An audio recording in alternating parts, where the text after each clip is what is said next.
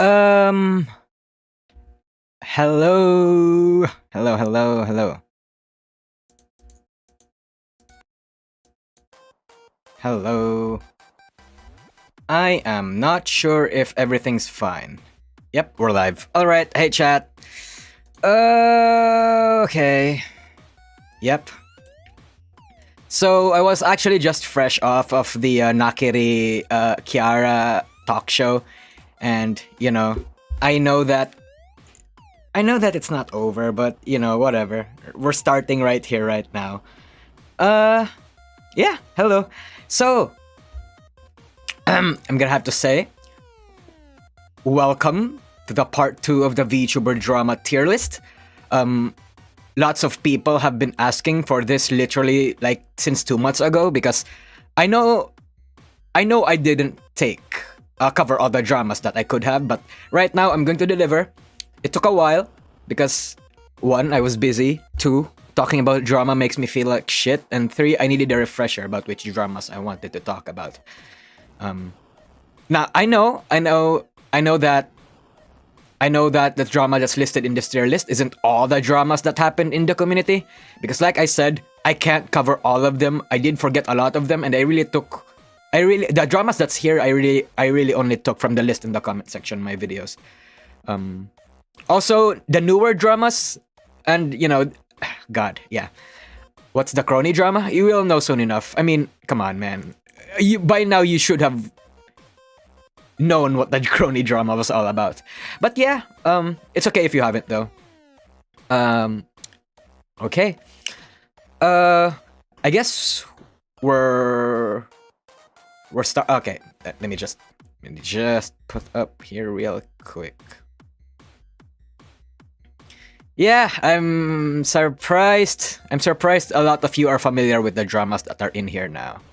But yeah, who doesn't know about the Kronii male drama? Yeah, exactly. I'm surprised. That's why I'm surprised he asked. That was like the biggest drama that happened last week. Well, biggest because not much was happening anyway. But yeah. Anyway, let's get over the tier list real quick. So, I'm going to be following the format of my last tier list stream, with the S tier being the S tier being for yabs that shook the community. It resulted in the loss of someone's career, or the yab is quite severe. Yeah, the A tier is for dramas that are concerning, dramas that actually had people worried for their well-being in here. Yeah, the B tier, I mean, is for yabs that are. These are for dramas that were basic yabs. Yeah, it was concerning a little bit, but ultimately it ended well. Nothing happened. Yeah, nothing burgers. The C tier is for the actual nothing burgers. Like, these are dramas that nobody would actually give a fuck about. Like, they're flat out nothing burgers. You don't give a shit about the dramas that happen in the C tier. And the D tier are for the dramas that happened, that actually helped the content creators. Right? Yeah. Was there any drama worth S tier lately? Kind of, yeah. We'll get about that later. Besides, I'm going to be asking some of your opinions here, because I can't really put a finger on which items here deserves to be on the S tier. But yeah, let's start.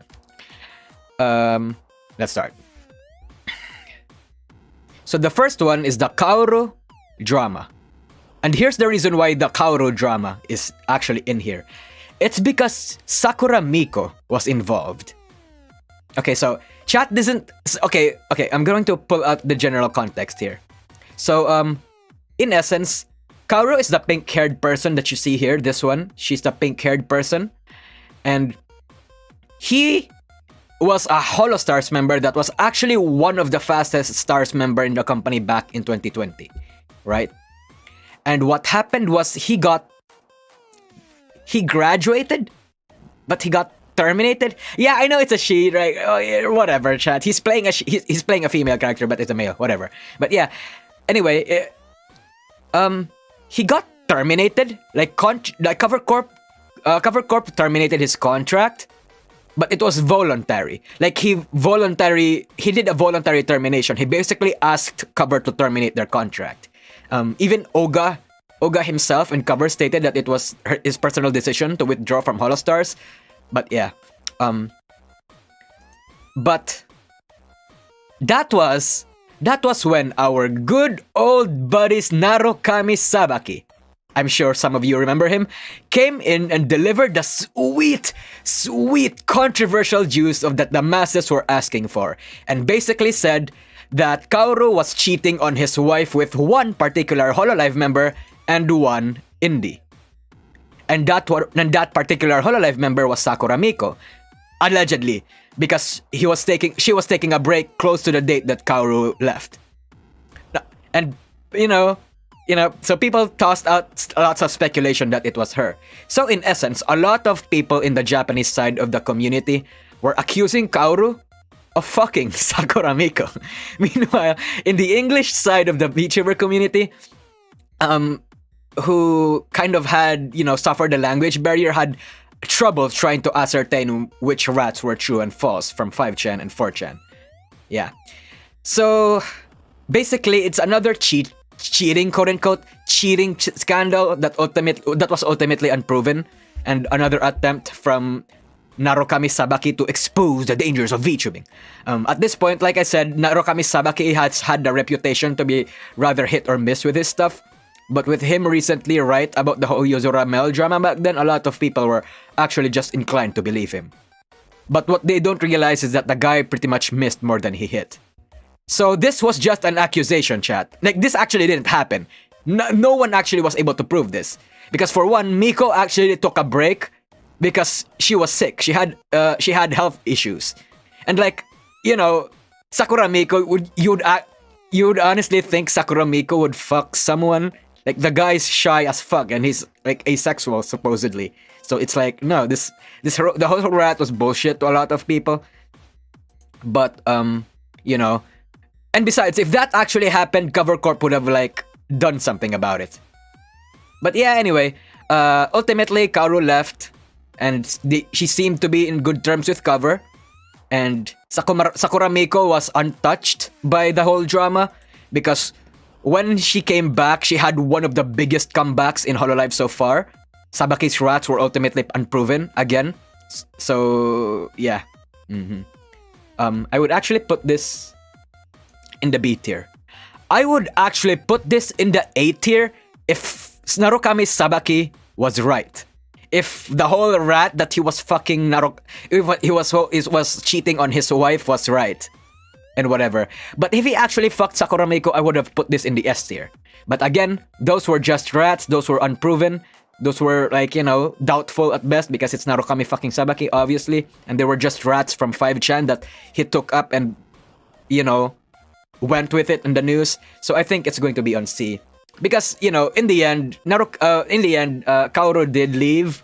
So I would put this in the S tier. But again, Kaoru left. A, since it could be true? Nah. It wasn't true, chat. That's the thing. It was just a rat. Literally nothing was able to prove remotely anything that Narukami said. There was no hint. Literally, the reason why they thought it was Miko was because he was taking a break on the same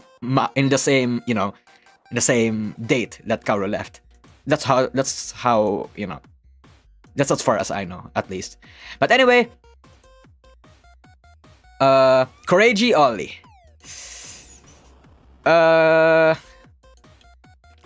Okay, so this one's pretty cut and dry. One day, Ollie was doing a hand cam stream, and while everyone was vibing, having fun, that kind of stuff, Ollie had drama. Ollie had two dramas, but I don't know if I wanted to cover the other one. You know what? I think I will. Everyone in the chat is pointing it out anyway, but yeah, I think I will. There's this incident called... She had two incidents. One is called the Ubigate incident, and one is the hand and the reflection incident. Let's talk about the reflection first. But yeah, While Ollie was doing a handcam stream, the camera picks up a reflection of Ollie's face on her stream. And a lot of people meme the whole VTuber's face reflected on the surface of X object thing, but this actually happened for real. And as a result, the stream got privated. Hololive was in panic. The fan base was confused, and she got a lot of hate from the Indonesian fan base. I don't know. Maybe they expected Ollie to look like a Victoria's Secret model white girl or whatever. But yeah, she got in a bit of controversy. It's not her first one either, like I said. But this was one of the rarest yabs for a VTuber to do. To accidentally show their face on stream. Yeah. It's a very rare incident, chat. Yeah. But in a rare W for cover in terms of protecting their talents from harassment because Indonesian laws allowed it, Hololive Indonesia came out and literally threatened anyone for slander against Ollie. They actually just woke up and chose violence. This got a lot of people actually rooting for cover, chat. And the thing is, they were able to do this because Indonesia has a very, very, particularly strong anti-defamation law. Like, it's fucking brutal. It's not to be messed around. It's basically a meme in the country at this point, chat. Meanwhile, in Japan, cyber harassment, those kinds of stuff aren't exactly good. That's why successful threats by corpos in Japan barely existed back then. It's getting better now, honestly. Like, there was a lawsuit that a VTuber threw a month ago, and there was a slight implication that it was actually a Marine behind that lawsuit. But back then, Japan was like somewhat ass backwards in terms of cultural and social changes, especially in relation to the internet. But yeah. And yeah, after a while, the Indonesian hate eventually slowed down. It hasn't actually stopped.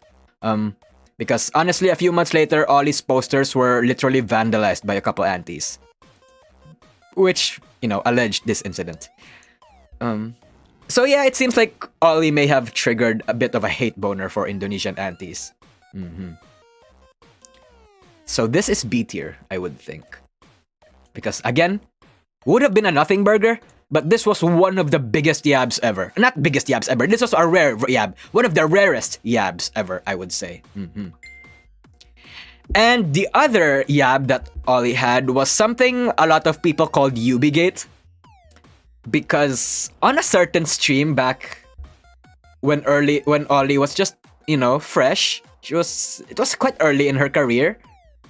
A couple months early. There's just a speculation, an allegation that she may have done something with her finger while on stream. I don't know if it's okay to talk about this.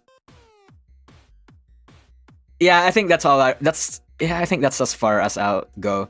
But yeah, Ubigate. If Ubigate, yeah.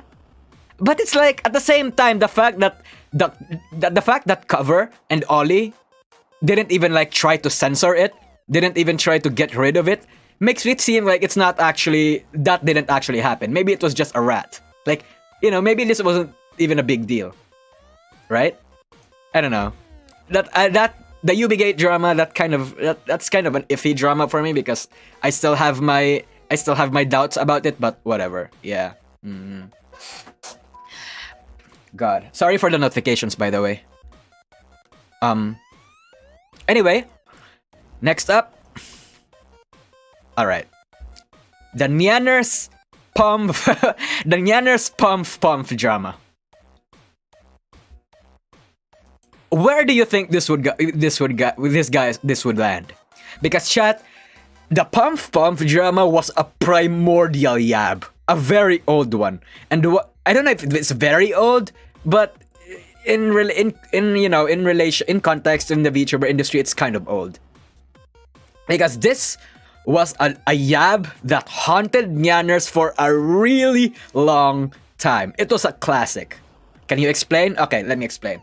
So, before I explain this drama, I'm gonna have to give you a brief history lesson on how Nyanners became how she is. So, it's time for history. God, this is going to be an entire history video. But yeah, so Nyanners actually started her online career in 4chan.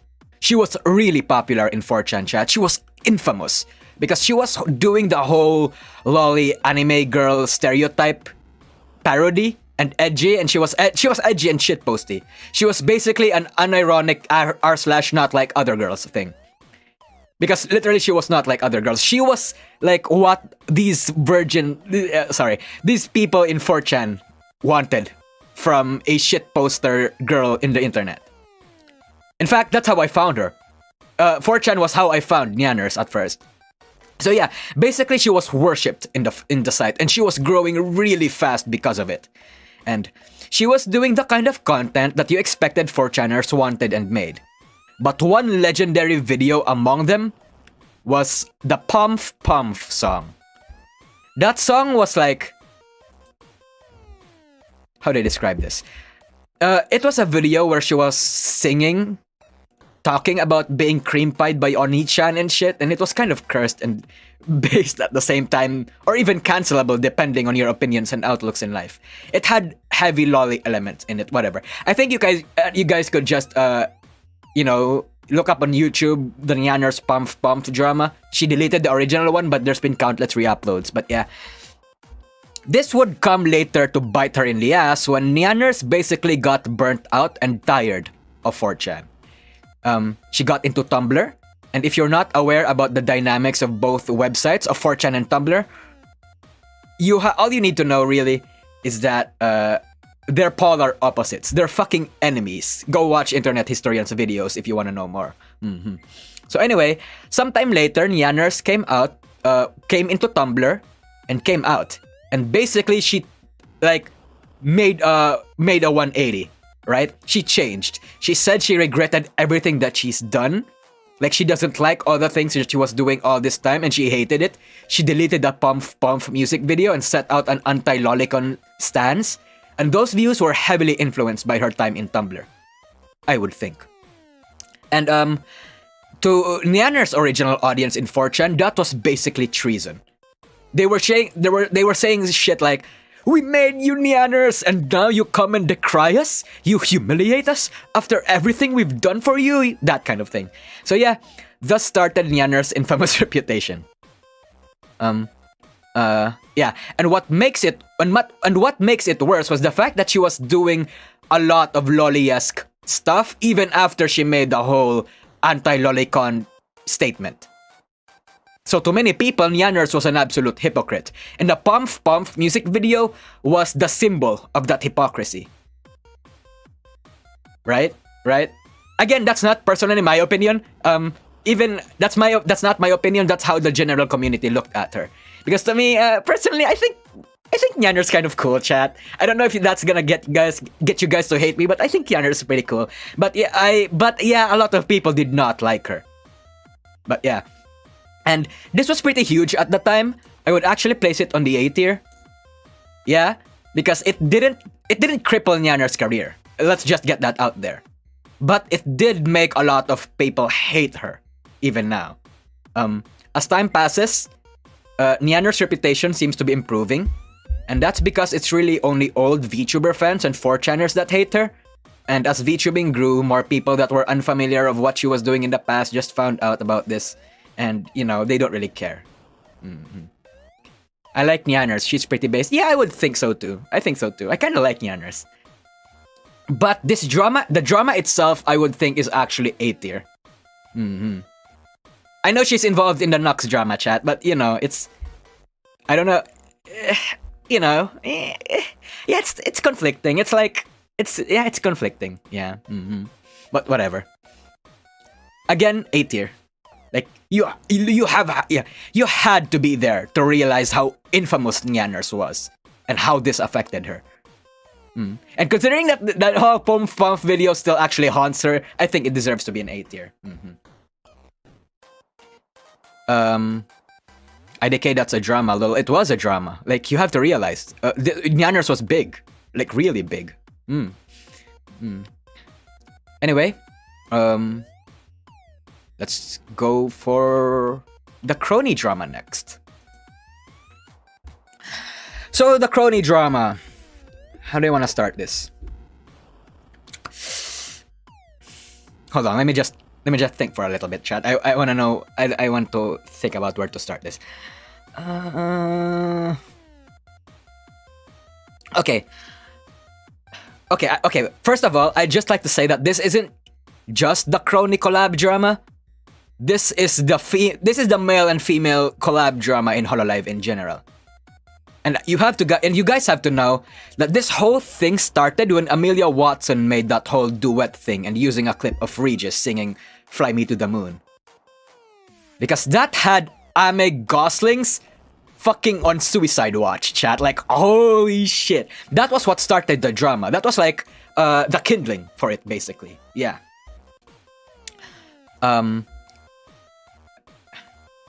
After that, this whole drama started. When all of a sudden, God, I'm also kind of struggling to start with this. When all of a sudden, Tempus and some Holo-EN members were up to collab. And Regis and Kronii in that collab had unfortunately good chemistry. I used the word unfortunately because I refer that to the unicorns, I would say. They had really good chemistry, and they seemed like they were going to be good friends moving forward. Kronii's fans agreed to this and deemed it a fucking threat. So, you guys know what happened if you've been following it for the last couple days. Kronii got some backlash from her fans. A few less hostile fans also spoke out for their concerns for Kronii too, saying that they're not so much as mad that Kronii were collabing with males, but rather that it's not the kind of content that they're in Hololive for. Hololive was built its foundation on the basis of being female exclusive, right? On the simping culture.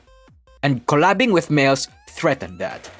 If fans wanted that kind of thing, they would just go to literally any IRL live streamer or even Nijisanji. Hololive was as big and as successful as they were because of this niche, because of this premise. It wasn't necessarily the Gachikoi and GFE experience that they were selling, just that they built their niche on this foundation. So to shake that foundation bothered them. Or so the unicorns say. That's what they say. And the thing is, lots of people assumed Kronii was actually convinced or empathized with this stance because she decided to like step back, like not backpedal, but take a more vague approach, saying that maybe she'll back off on Tempus collabs a bit. Yeah. But anyway, a couple weeks later, Kronii takes back her statement and says, "Fuck it, I'm collabing with whoever I want." And then Cover puts up a PR statement that basically says, yeah, they allow EN talents to collab with whoever they want. And this caused Matilde Hacker, thanks for the super chat. Hololive nerds needs male collabs for Western audiences. I agree. But anyway, this caused two things. One, this actually raised Cover Corp's reputation in the general VTuber community chat. Because it seems like they were now having a hard stance on the whole male and female collab thing. Because previously, it just seemed like Cover Corp took a grayish approach. But now, this kind of dispelled all of that, and it's a big W in terms of Cover Corp's reputation in the English side of the community. And the other thing that this did was that it started some kind of civil war among Gachikois and normal fans, chat.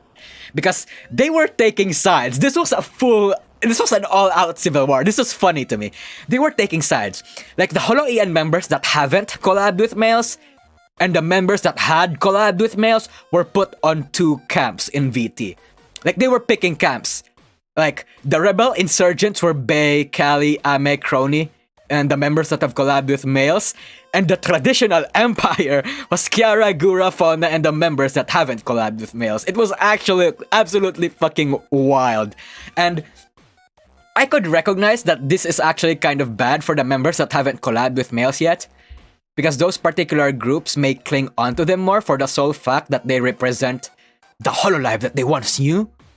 And like, that kind of makes it hard for them to get rid of in the future eventually.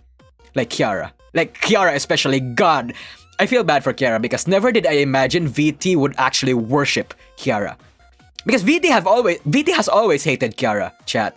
But now she's the symbol for the traditionalist camp in Hololive, while Kali was the symbol for the progressive camp in Hololive. It's poetic, right? Right? Because it's Takamori. Like, there's an entire storyline in the Holoian thread chat based on this whole Civil War thing. It's absolutely Kino, and the drama Andy in me loves it.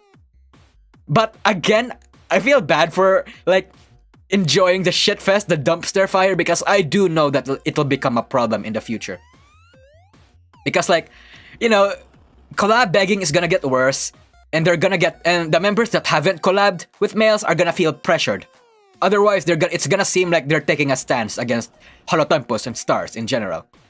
But when they do that, they're more, you know, they're more obsessed fans, the money tossers, the gachikois are gonna take a hardline stance on them to not do that, and that's gonna make them feel conflicted. Yeah. They've always hated Kali more than Kiara. No, chat. Okay, at first they've hated Kiara the most in Holo-en. The whole hate on Kali thing only happened recently. Yeah, it only happened recently after the whole Connor drama thing. After that, yeah, they've started hating on Kali. But again, as they've started hating on Kali, they've started worshipping Kiara. Yeah, and there was also that whole thing about the gift cards, where there was apparently one particular Discord group where they was gonna where people were giving out people were rewarded with gift cards to basically fake complain about Hololive Gachikois. Like, people were going to fake being a Hololive Gachikoi and spurging about how much they hated the Kronii thing. And then, you know, that whole Discord leak happened where this was actually taking place, and it kind of muddles the authenticity of the outrage that she received, I would say. Mm-hmm. So anyway, yeah, this is high A tier for me, honestly, chat. Because I do recognize that Hololive handled it well and everyone actually came out of it better. But the reason I'm putting it on A tier is because I see a potential big problem in the future. Dare I say, an ingredient for the final Yab. It was big for the time, and I know that the drama was handled well. It could have been handled better in my opinion, but it was handled quite well. But again, there's an ingredient for the final Yab that I see here. And unless it's recognized, it's handled in the future enough, okay enough, it's like, it's gonna be something of a problem. Mm-hmm.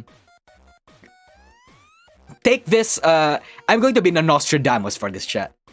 I don't know if this is gonna age well, but let it be known that the Press Nosage has, like, predicted that this is like the first part of the final Yab. Yeah. Yeah. Mm-hmm. And the collab begging will definitely take it. The collab begging is going to, like, expedite the process, though. I'm sure. Mm-hmm. So anyway, Nostradamus. That's a good joke. Nostradamus. Fucking hell. Yeah. Yeah. Anyway, let's move on. The Ren Zotto commenting drama. So, this drama, honestly. Oh wait, the Ren Zotto's not even the first one. It's Chukihira. It's the It's the, what's her name? Chikihira? Fuck. Oh my god, did I just forget her name? Fuck, I put her here. What? No. Let me just hold up. Chat, I didn't put notes on this chat, so I didn't put, like, a script or notes in this, so I forgot the names. Chihiro, yeah, okay. Chihiro, sorry. Chihiro. This was a Nijisanji member. Hold on. So, what happened in the Chihiro drama, honestly? Yeah, unprepared. I I'm sorry. It's not that I'm a fake fan. Shut the fuck up. I'm not a fake fan. It's just that, Neji Sanji has tons of talents. You can't, even if I did list them immediately, you can't expect me to memorize them all. Let me just, okay. Alright, I think I have a gist of it now. Okay, it's coming back to me now. Okay, so, yeah, it's coming back to me now, chat. Sorry for that. So this one was pretty similar to the Aqua drama in the last tier list, I would say. Where Aqua was giving attention to haters too much, and there was a lot of backseaters in the chat basically flaming her and everything she's doing. Pretty much the same for Chihiro. Except this time, it was actually kind of a bigger deal because she got a bigger flack than Aqua. And if I remember correctly, there was even a stream where she had more like 10,000 dislikes. I can't remember. Yeah, I think that happened. I think. So she took a break for a couple of weeks and apologized for not meeting expectations and all that. Again, it's pretty much the same reason as Aqua, where there's backseaters, there were pro-gamer backseaters who were like harassing her in the chat. But the thing that makes her special, though, aside from than Aqua, is that she had this thing where she pays attention to the backseaters and the hate comments in the chat more. Like, it's kind of normal as a content creator, to be honest. Content creators will literally like ignore 100 positive comments, but one bad comment can like ruin their day. So it's like, I don't understand why she would apologize, honestly. It's like, why are you apologizing to backseaters? What the fuck is wrong with you? But again, like, yeah, I understand where she's coming from because everyone feels it. Like, it happens. And what makes it worse was the fact that her fans were also pretty much telling her to go get a thicker skin.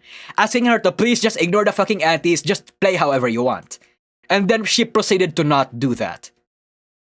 Yeah. So I would actually put this in the C tier. Because it's like, I don't know, it's pretty much in the same rank as Aqua. Yeah. Mm-hmm. The bad outweighs good, sad. Yeah, the bad definitely outweighs the good. Most of the time, I would say. Yeah. I remember a clip where Kozuha and Kanai were comforting her. Yeah, that's exactly it. That's exactly it. Because goddamn, this was actually, you know what? I'm gonna put this in the B tier because this was actually pretty bad at the time. Like, obviously it's not that bad looking at it right now, but at the time this was actually kind of bad for her. Like, she took a too long, I don't know how many weeks she took a break, but she took a long break because of it. A lot of fans were genuinely concerned for her. One would even think that this was a Menhera moment. I don't know. Anyway, moving on. Ren Zotto. We already know where this is going. Oh. Ren Zotto. This drama wasn't even big. This drama wasn't big. This was new. Not new. Funny. This wasn't funny. Yeah. So, basically, the whole drama started when Ren basically tagged Mumei out of nowhere and said hello. And, oh wait, no. C tier? D tier? No, chat. For newcomers in the chat, D tier is for drama that actually helped the people that's in the drama. The drama did not help Ren Zotto, so I can't put her here. But it was a nothing burger, so it's C tier. The C tier is for the nothing. The C tier is for the absolute nothing burgers. Yeah. So anyway, again, this whole drama started when Ren tagged Mumei out of nowhere. Like, it was unprovoked. It wasn't a comment or anything under Mumei said. He literally just made a tweet, tagged Mumei, and said hi. And this got people to absolutely lose his shit. Their shit, I mean. The Holoian thread in 4chan was up in arms and waging war against this guy, chat. He called him leech, called him all sorts of names, yeah. And then it spilled over to Twitter. When a few Nijisanji fans saw this, they were actually pretty much confused too, and even annoyed that he would do something like this, calling it a breach of VTuber etiquette. Because Mumei and Ren chat, if you know, you know. That's all I could say. But yeah, anyway, a bunch of people started spilling out, calling him out on Twitter, calling him a leech, all sorts of names, but the drama didn't end there because he started doing it to a lot of Hololive members. He went over to Pecora, to Korone, to Gura, to Kronii, and God, I forgot which members he did it to, but he did it a lot of times. And basically, he got no replies from any of them. So people were speculating why he would do this. So, like, is it just his kayfabe of him being a clueless alien and doing random stuff? Or is he just actually plain stupid because he barely knows anything about the VTuber community? But the most commonly accepted rat is that, he's intentionally doing this. Like, he's miming it up, like he knows it makes people angry and he's doing it for the lols, basically. Like, that's the most commonly accepted rat. He got a reply from Axel. Okay, yeah, that's what I was about to say. Because guys, he finally fucking did it. He finally got the response of a Hololive Stars member. It's not even a Hololive member. It's a Holo Stars member. But when he tagged Ollie saying she's cool, and then Ollie responded that he was cooler, it was like, it was a celebratory thing for the people that was following this shit chat, because he finally did it. In this poor bastard's never-ending quest to receive a reply from a Hololive member, he finally found one through the Jesus Christ of unitychads in the VTubing community herself. Good old crazy fucking Ollie. I fucking love Ollie, man. Like, Hololive in general is just based. But again, yeah, it's a nothing burger. It's actually genuine. It's actually genuinely funny. It's not even a big deal at this point. It's just funny. Like, again, I've said this before and I've said it again. We love Ollie around these parts. So anyway, C tier. Next up, the Mumei Dan drama. The Mumei Dan drama. So, so this drama was basically not that big. But I would still say that it was like a bit concerning. Okay, so to give a context for this drama, I'm sure not a lot of people know about it because, yeah. To give this drama some context, when Mumei's anniversary, or was it her birthday? I forgot which one. When she did a celebratory event where she was supposed to premiere a lore video, a quote-unquote a lore video. And it happened in September. But yeah, that lore video had Kaoru make it, and what he was supposed to do was, like, add the most fucked up things that happened in the course of human history and make it so that that Mumei was responsible for it. Make it comedic, Like, we had the Great Death, the Challenger disaster, the Hindenburg disaster, all that kind of stuff. But shortly after the premiere, like a couple hours later, it got privated. And this got people angry. This got people angry at Cover Corp. Because obviously it's Cover Corp, right? They're the big evil Japanese idol company that restricts their talents. How could you not blame Cover Corp after stuff like this happened?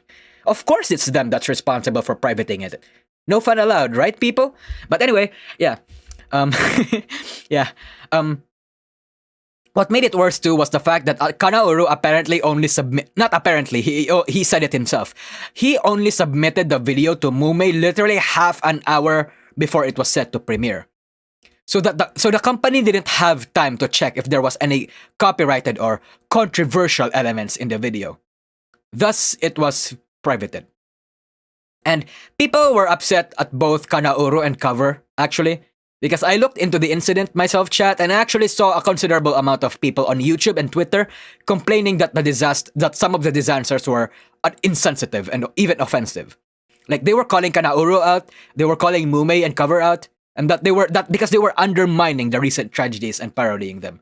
Like, a lot of people like to say that this offended no one, but that was false. This actually offended a lot of people. Well, I wouldn't say a lot of people, but it offended quite a bit of people. And, Mumei herself then set out a statement saying that it was actually her decision to private the entire thing, and that Kaoru and Cover had little to do with it. But, eventually she got Kaoru to make a new version that removed the recent tragedies that still stuck with people. Like the whole Challenger disaster was removed. So yeah, in the end, everything's fine. Mumei's fine. Kaoru's fine. Cover's fine. Yeah. Really, really, the only people that actually got triggered for quite some time about this drama was people that didn't really care to know the full story and just wanted to hate on the Japanese evil idol company and the cancel culture mob on Twitter. Okay, chat. I'm gonna have so chat. High C tier, or low B tier. What do you think? C tier. Okay. I would think this is actually higher than Ren Zotto though. So yeah, C tier, higher than Ren Zotto. Next up, oh fuck. Who the fuck was this guy? Wait, hold on, chat. Oh, Axia. This was Axia. Okay.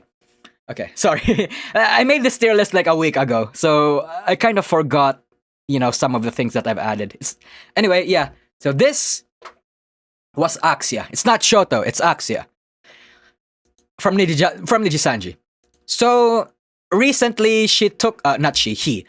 Okay, first of all, let me just give you a general context of who Axia Krone is. He is a Nijisanji JP member. And he took a very long hiatus. And he's not back yet. And that happened 2 months ago, which is weird. She's from Eden Gumi, chat. He's... Fuck, okay. Nijisanji JP. Yeah, it's late 2021 Japanese VTuber. But yeah, anyway. So Axia essentially took a break because he was getting harassed. Basically, a lot of rats went too far to a point where there would be spammers in his chat, in other people's chat, and even using his tags on Twitter and other platforms. It's already been 2 months? Yeah, it's already been 2 months, chat. So yeah, anyway, he got this because he got this drama because of how he interacted with particular members. Most especially Honma Himawari. So a lot of people made rats that they were dating, which is, it's what you get. It's what you expect from people suddenly realizing that their favorite VTubers might be in a relationship. They lose their shit and they freak the fuck out. That was what's happening. So yeah. Anyway, as an extra, the guy also let out his frustrations about his chat babying him, basically. Like, chat, a significant portion of Axia's fanbase would literally coo the guy. Like, pretend to be his girlfriend or mom or something. Like, literally telling him, you're no good without me, Axia-kun. Axia-kun genki. Oh, Axia-kun kawaii. Again, literally, like, treating him like he's their baby boy or whatever. Yeah. And a lot of people were saying that this is kind of similar to the Kindred and Dremu drama that happened a while back. And yeah, while I can say that I can see the similarity too, this is actually different in a lot of ways. Because while Vox actively went for the boyfriend experience and is somewhat partially responsible for nurturing that side of his fanbase at the time, Axia never, ever even did anything remotely to get the treatment that he did. Like, he wasn't playing the vulnerable, needy boy character, chat. Like, none of that. He was literally just doing his own thing. I would actually associate this with his character design because Axia's character design is kind of soft. Okay, chat, stop with the tribalism in the chat. Please shut the fuck up. Yeah, everyone's cringe. But anyway, yeah.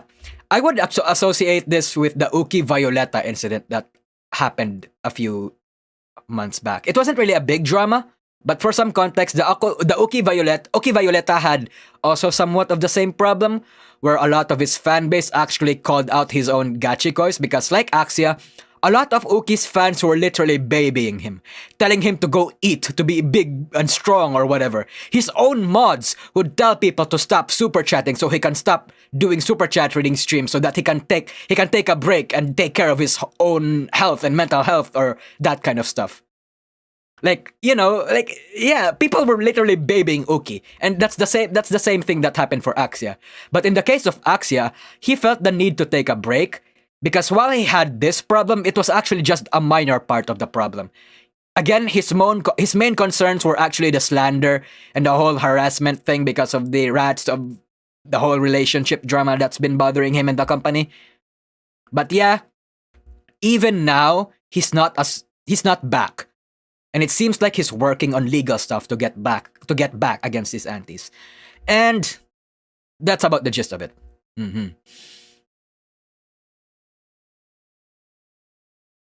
Chat, I'll be honest, you calling out Niji Sanji fans like that makes me sad. Because, Hololive fans aren't any better, chat.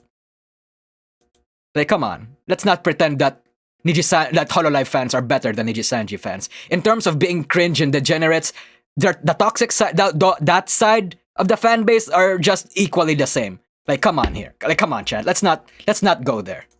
But anyway, the Axia Krone drama. High B tier? I think this is high B tier, right? High B tier. Okay, so yeah, high B tier. High B tier. Okay, yeah, everyone agrees with high B tier. Let's go on. What is this? Oh, Hitomi Chris. Okay, fuck. Okay, yeah. What the fuck is this? This is her skirt. Sorry. This is Hitomi Chris. Oh, sorry, the background music's over. This is Hitomi Chris. So this one is pretty infamous, not just in the Hololive community, but in the VTuber community in the general. She's pretty much Voldemort. I would think she's she who must not be named, the kind of thing. I imagine not many new VTuber fans know about her because it's something of a fucked up story, which is why nobody really wants to talk about it. But since that's my job right now, I'm gonna have to lay it out for you guys. So to give you guys a general context, Hitomi Chris was a part of Hololive Generation 1. She was supposed to be an old VTuber. She debuted alongside Mel, Haachama, Matsuri, Fubuki, and Aki. But then literally, 2 weeks later, or maybe 3 weeks later, her contract got terminated. She was booted out of the agency. And the reason for that was fucked up. So it turns out, she got in touch with a guy that calls himself a producer. And that producer claimed he was part of Hololive and can actually help her get into the company. He also gave her streaming equipment too, which I suppose made him seem legit in her eyes. But in return, for actually helping her with all this, he gets to date her. Not just date her, he gets to fuck her. Basically, have a sort of physical relationship with her. I'm not actually sure if he wanted her to be his girlfriend or something, but yeah, he wanted her to be someone he can just call up and fuck whenever he wants to. And keep in mind, chat, to add a layer of extra fuckery in this story, Hitomi Chris was underage at the time. So that makes it even more fucked up. Now, the thing was, Hitomi Chris accepted this. Yeah. But once she got into Hololive, the dude wanted to keep on with this whole sexual thing that they had going on. But Hitomi Chris said no. She did not, she didn't want to do that. She did not return the investment that he made on her. She didn't return the equipment that he bought her. So, she threatened the guy just so the guy would leave her alone. That she'd call the police, get him in jail, that sort of thing. Now, this got the guy absolutely seething. He basically just posted screen caps of their conversation and even the audition tapes and put up proof online. Unfortunately, the archive that had those proof was nuked a long time ago, so it's kind of hard for me to find the original chat logs. I think no one has the actual chat logs at this point, unless you do, and if you do, have additional info with proof, please DM it to me on Twitter. I'll give you money if you do. But yeah, this story is actually just told people through second-hand sources. So I don't even know the exact details of the story. I just know the summary. It's 5 years old. So anyway, sorry for the slight tangent there. Anyway, after those chat logs were posted, Chris threatened to sue the guy, like pursue legal action. But then he doxed her. Literally just doxed her. Dropped her personal stuff out like that, and in the end, it went nuclear. Cover Corp nuked Hitomi Chris, terminated her contract, privated her Twitter, and they denied that this guy was even a part of Cover Corp. So it seemed like the guy was just basically lied that she was a part of Cover Corp's staff. And the more fucked up thing about this chat was that the man responsible for all of this was really proud of the fact that he killed Hitomi Chris's career. And not only that, he apparently continued doing the same for other VTuber companies and girls. And that apparently he landed in jail. But I did, like 3 months ago, I did a checkup on the guy, and he was active. He was active on Twitter. So that suggests that he may have gotten out on jail already, if the whole jail rat was true. So yeah, fucked up. So S tier, honestly. Like, yeah, chat, it's kind of irrelevant now. It's kind of irrelevant now. It's a ghost story, a thing of the past. But it was a fucked up situation. It set a precedent in Hololive to no longer hire underage girls. Because Haachama was also underage at the time. But yeah, anyway, this made Hitomi Chris an infamous spook story for VTubers. She's something of a legendary figure at this point, but for the wrong reasons. Again, she's like the Voldemort. It's a cautionary tale, exactly, a cautionary tale. So it was fucked the fuck up. Anyway, yeah, talking about the chat makes me feel sad. Like, it makes me feel icky. Like, oh, Jesus Christ. Anyway, let's move on. The Matsuri and the Haachama drama. This actually happened last year. Sorry, let me just drink some water real quick.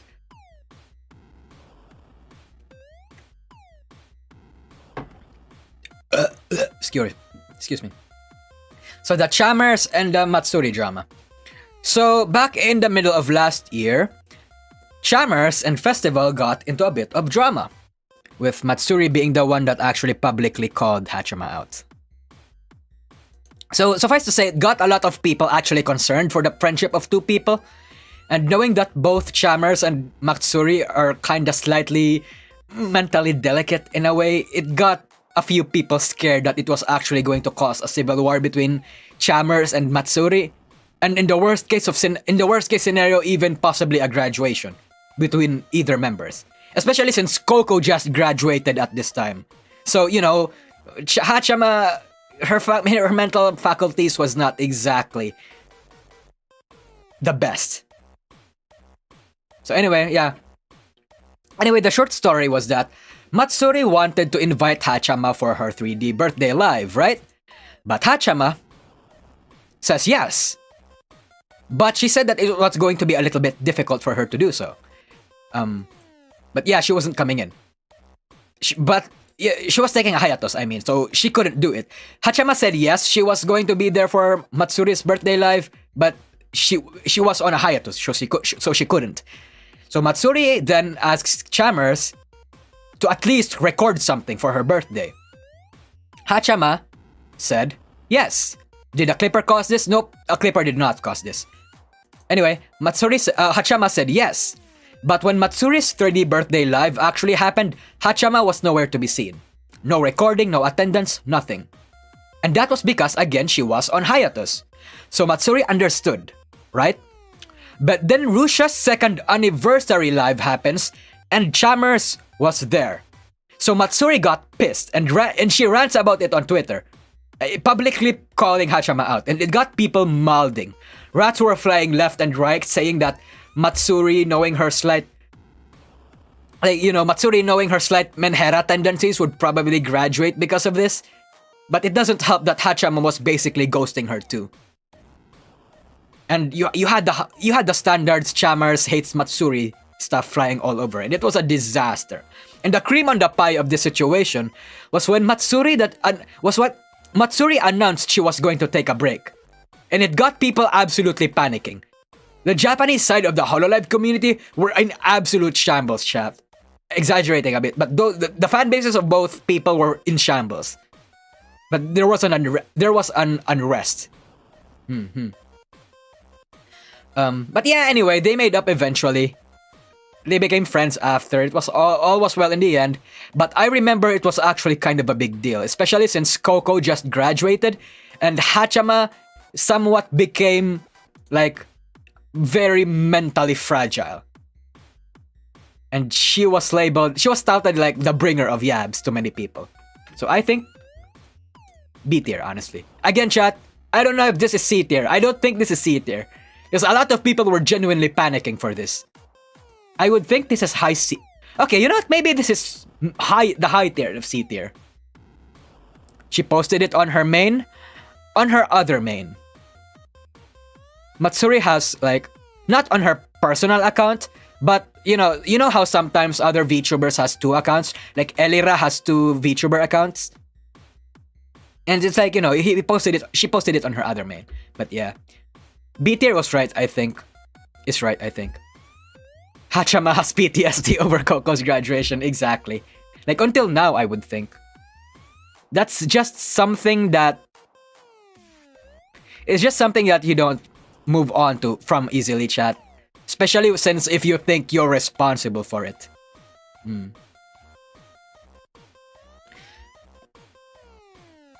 pretty sure it was on her other account, not her official account. Yeah, like I said, it was on her other account. Like Matsuri has Matsuri has like a couple accounts, yeah. Have you seen Nenechi's Beetle account? Yeah, exactly. Like, God, Nene is so fucking adorable, man. Thomas, the Gentama guy, thanks for the super chat. Wasn't there a drama between Matsuri and Luna's? Not only that, there was also a Matsuri and Hoshikawa drama similar to this one. Well, not similar to this one because Matsuri kinda liked Hoshikawa. And then Hoshikawa was like, no, I don't like you. And Matsuri was throwing slight tantrums and breaking down because of it. Yeah. Fuck, like I said, I forgot a lot of drama and I don't... You guys are just literally reminding me now. And speaking of Nenechi, there was even a Nenechi tracing drama, right? Fuck. Sorry, chat. Sorry. Again, I can't possibly cover all of the drama that happened. Because, like, again, it's like, I'm really sorry. I'm really sorry. Let's just move on. Okay. The Game Boo drama. The replacement drama. Part 3 confirmed? Nope, I'm not gonna make a part 3. Like I said, I don't wanna milk all this drama too much. This drama is going to be the last. But anyway, yeah. The Game Club project drama. This was a primordial big yab. I think I've explained it before in a past stream, but let me just do it again. Game Boo was a really big and popular VTuber group that featured 4 members, and it was actually really popular at the time. In fact, actually one of the biggest names in the industry, kind of popular. But then, all of a sudden, the private Twitter accounts of particular staff and members were starting to complain about the company.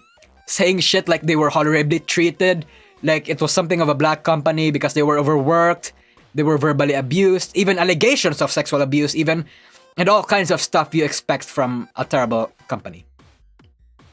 It got to a point that one of the people, actually publicly started whining about it on an official account. And this got a lot of fans to be angry.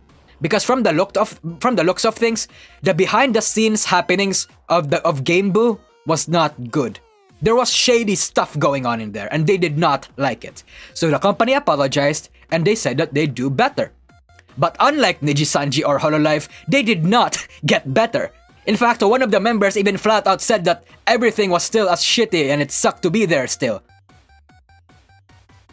That was until Maria came along.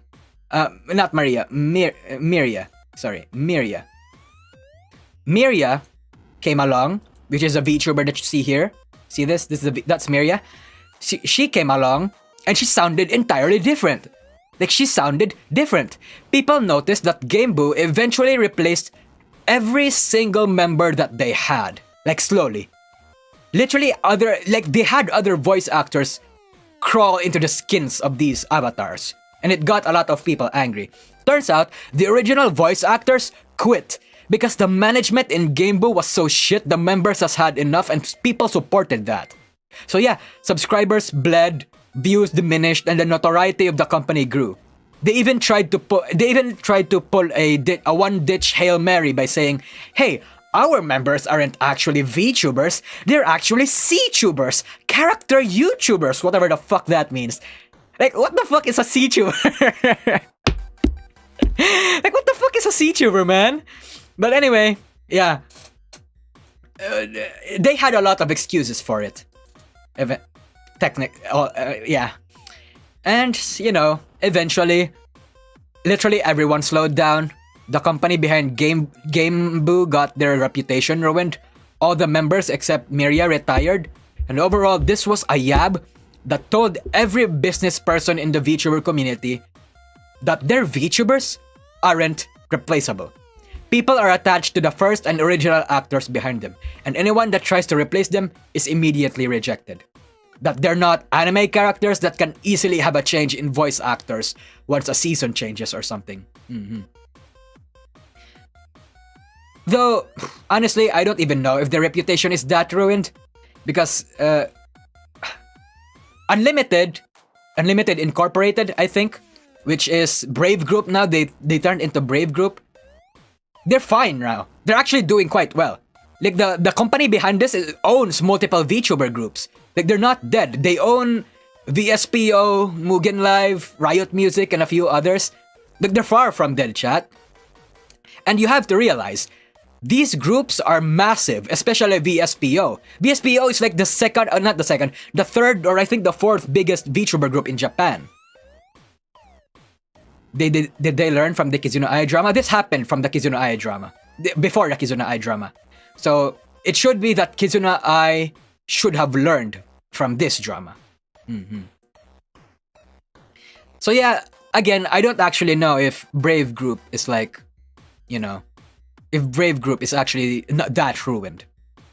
But anyway, this is S tier. Hello, I'm new. Hello, welcome to the stream. Again, this is S tier because this was the primordial big yab. Like, straight up. One of the biggest yabs, I would think. Let me just drink some water real quick.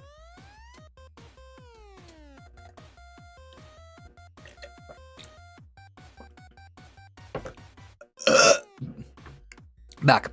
Wait, what Kizuno Ai drama? Fill me in. Laibula. Yeah, someone fill the guy in. Or maybe you can just watch my other tier list drama. Actually, I have an entire Kizuno Ai YouTube video going on. So maybe you can just watch that. But yeah. Let's fucking move to the next one. I've covered this in another video. But the Tempus drama, immediately D tier.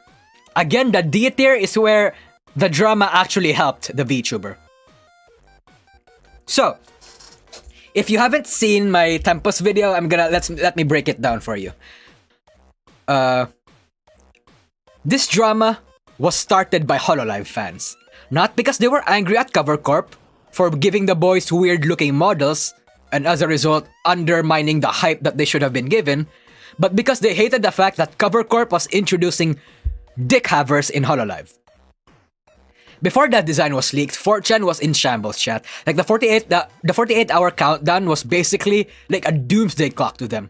And when the clock went 0, the designs were revealed, 4chan sat back and laughed, saying shit like, "Holy fuck, we were scared that these guys were gonna touch our virgin idols? What the fuck are these designs?" All that kind of stuff.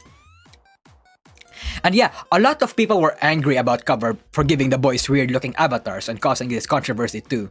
Like, most of the people were just laughing at it. It actually split the community, chat.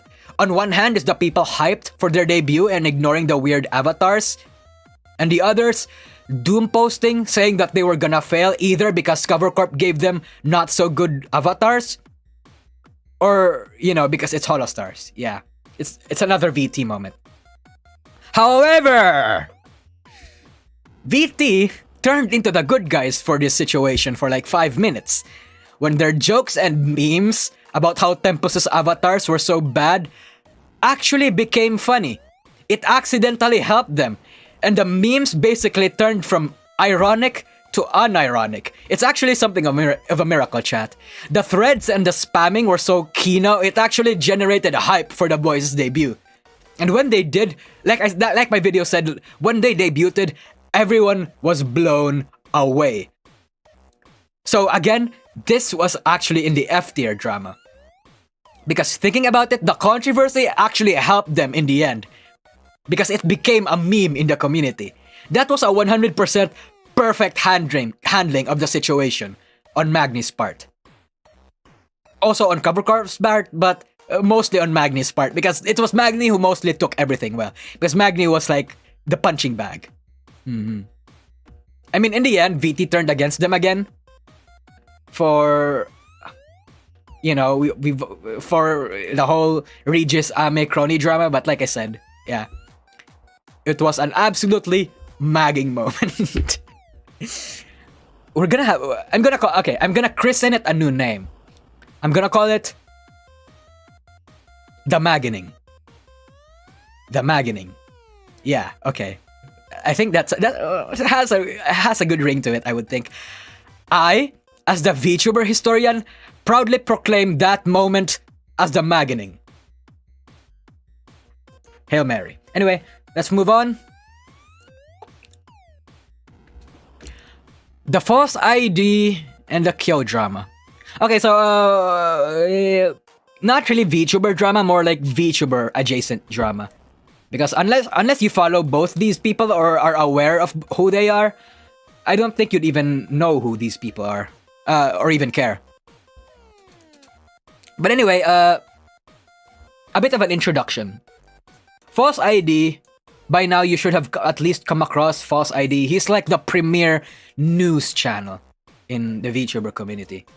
Kyo is also kind of a news channel, but not really because he's a drama channel. Anyway, yeah.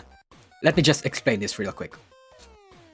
False made a video a couple months back, like at least I think it was 7 months ago, basically dissing on Kyo, calling him a clickbait half-ass drama channel. Which he is, chat. He's pretty much, I mean, look, let's be honest, he's pretty much shameless about that, honestly. Which, you know, personally me, I don't really have issues with Kyo. I dislike his kind of content, but I tend to separate the art from the artist. Okay, I think that statement's gonna get me cancelled. The thing is, I don't have anything against Kyo. I just don't like his content. But he embraces that, chat. He embraces that. Because while I find it insightful, exaggerated, and sometimes not really representative or 100% accurate, there's always people that's gonna like that kind of thing. Everyone likes drama, chat, and Kyo is exactly the kind of channel that caters to those kinds of people. He embraces it. His belief is that on YouTube, clickbait is necessary. Which to some extent, I actually agree with. In YouTube, there's a certain level of exaggeration that you have to put in your titles and thumbnails. I mean, I've been doing it since I've made this channel. I mean, one of the first videos I was doing was like literally something that incited tribalism. Though I wouldn't personally go into the kind of clickbait that he does. He pretty much just owns up to this whole to his controversial reputation in the VTuber community. And somehow there's an odd sense of respect that I can give that kind of thing.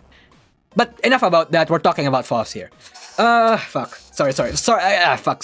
Sorry for that tangent. But basically, FalseID made a video calling him out, calling him an extreme clickbait channel, that Kyo is basically just a lazier version of him, and that he's not reliable. His sources are all secondary and not trustworthy, and that he's basically just a lesser version of False. And sometime later, Kyo made a response in the form of a tweet longer. He tried to reach out to False, but False did not reply.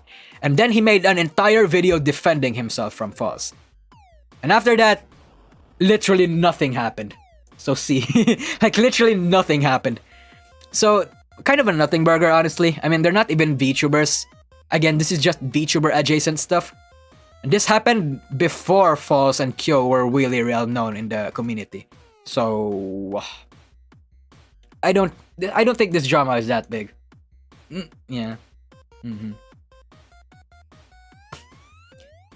Everyone is clickbaiting, but the degree of the lie ratio is different. Yeah, exactly. Like I said, chat, I do agree with the whole sentiment that you need to clickbait on YouTube. It's just that there's a certain line that's acceptable and that isn't acceptable. Depending on what you think about my videos, I personally think that my level of clickbait, I do a bit of clickbait, let's be honest here. My level of clickbait is falls within the acceptable realm. So, you know, but again, if you think it's all opinion. It's all opinion. Because that's just what the YouTube algorithm demands, chat. Sorry to say it. It happens. Everyone in YouTube clickbaits. Well, not clickbait, but yeah, okay, you know what I mean. Anyway, let's go on for one other drama that's actually kind of fucked up. Sorry, again, it's got like the thing about Tier Maker is that it does this kind of stuff. But anyway, do you guys know who this is? This is Monoe from VOMS. Chat, I'm gonna slight pause for a bit. I'm going to read super chats at the end of the stream. But yeah, anyway, this is Monoe from VOMS, the VOM's project. So, the Monoe termination from VOMS is actually one hell of a big deal back then. Because VOMS was not a group that not many people watched, honestly, but you bet your ass people knew about them. Like, there was that one clip of Tomoshika and Pikame saying, "Let's kill the hoe," that got like fucking millions of views. And that, not many people know, not many people are even like, they are aware of this, but that clip indirectly got people into Hololive. Like, that clip was one of the most important clips to actually introduce people into the rabbit hole. So yeah, anyway, this one's actually pretty tough. This drama was actually pretty tough. Because Monoe over here was all of a sudden terminated, fired, and no one knows the reason.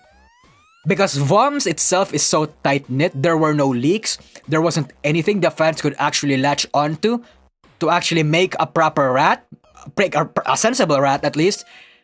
So it's kind of hard, right? It's kind of hard. And like, you know, it is kind of the Russia situation.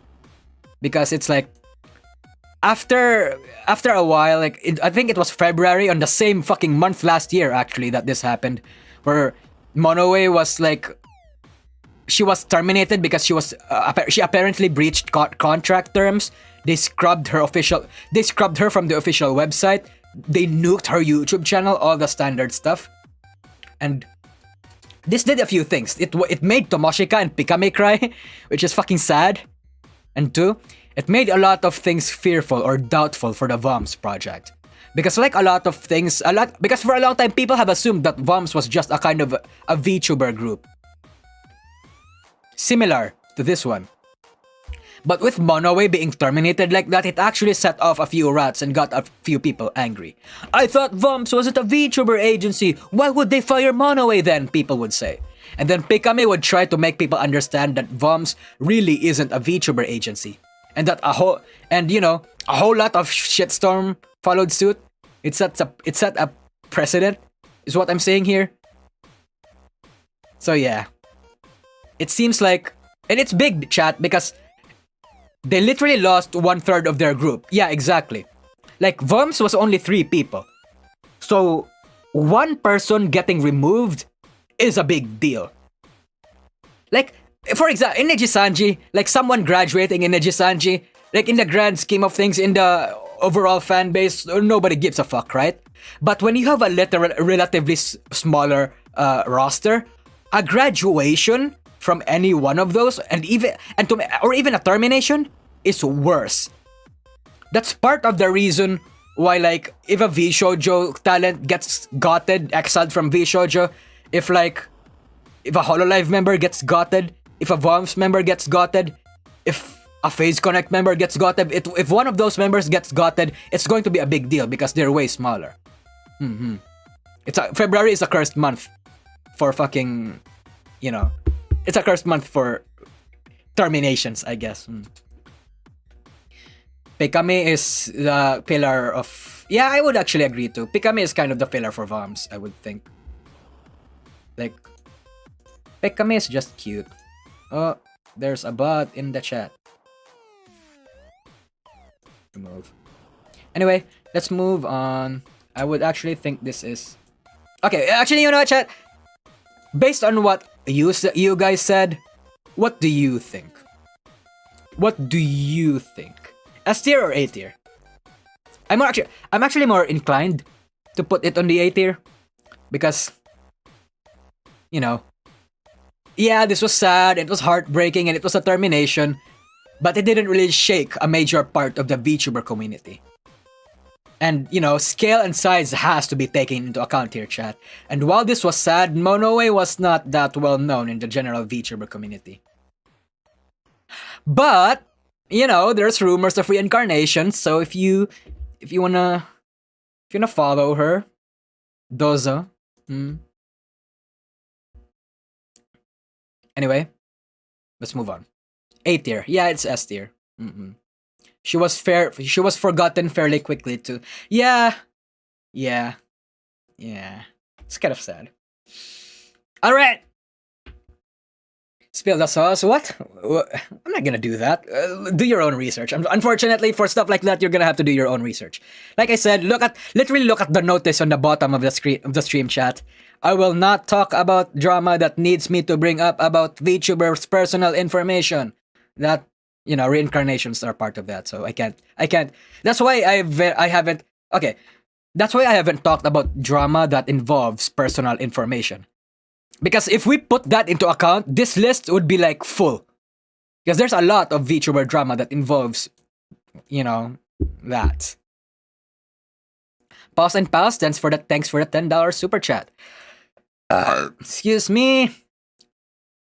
Next up is the Hololive Alternative drama. Okay, so basically, this was when the manga artist, which was a big fucking manga artist Mizurio K, quit out of Hololive, and not in a good way. Everyone's making fun of my belch now.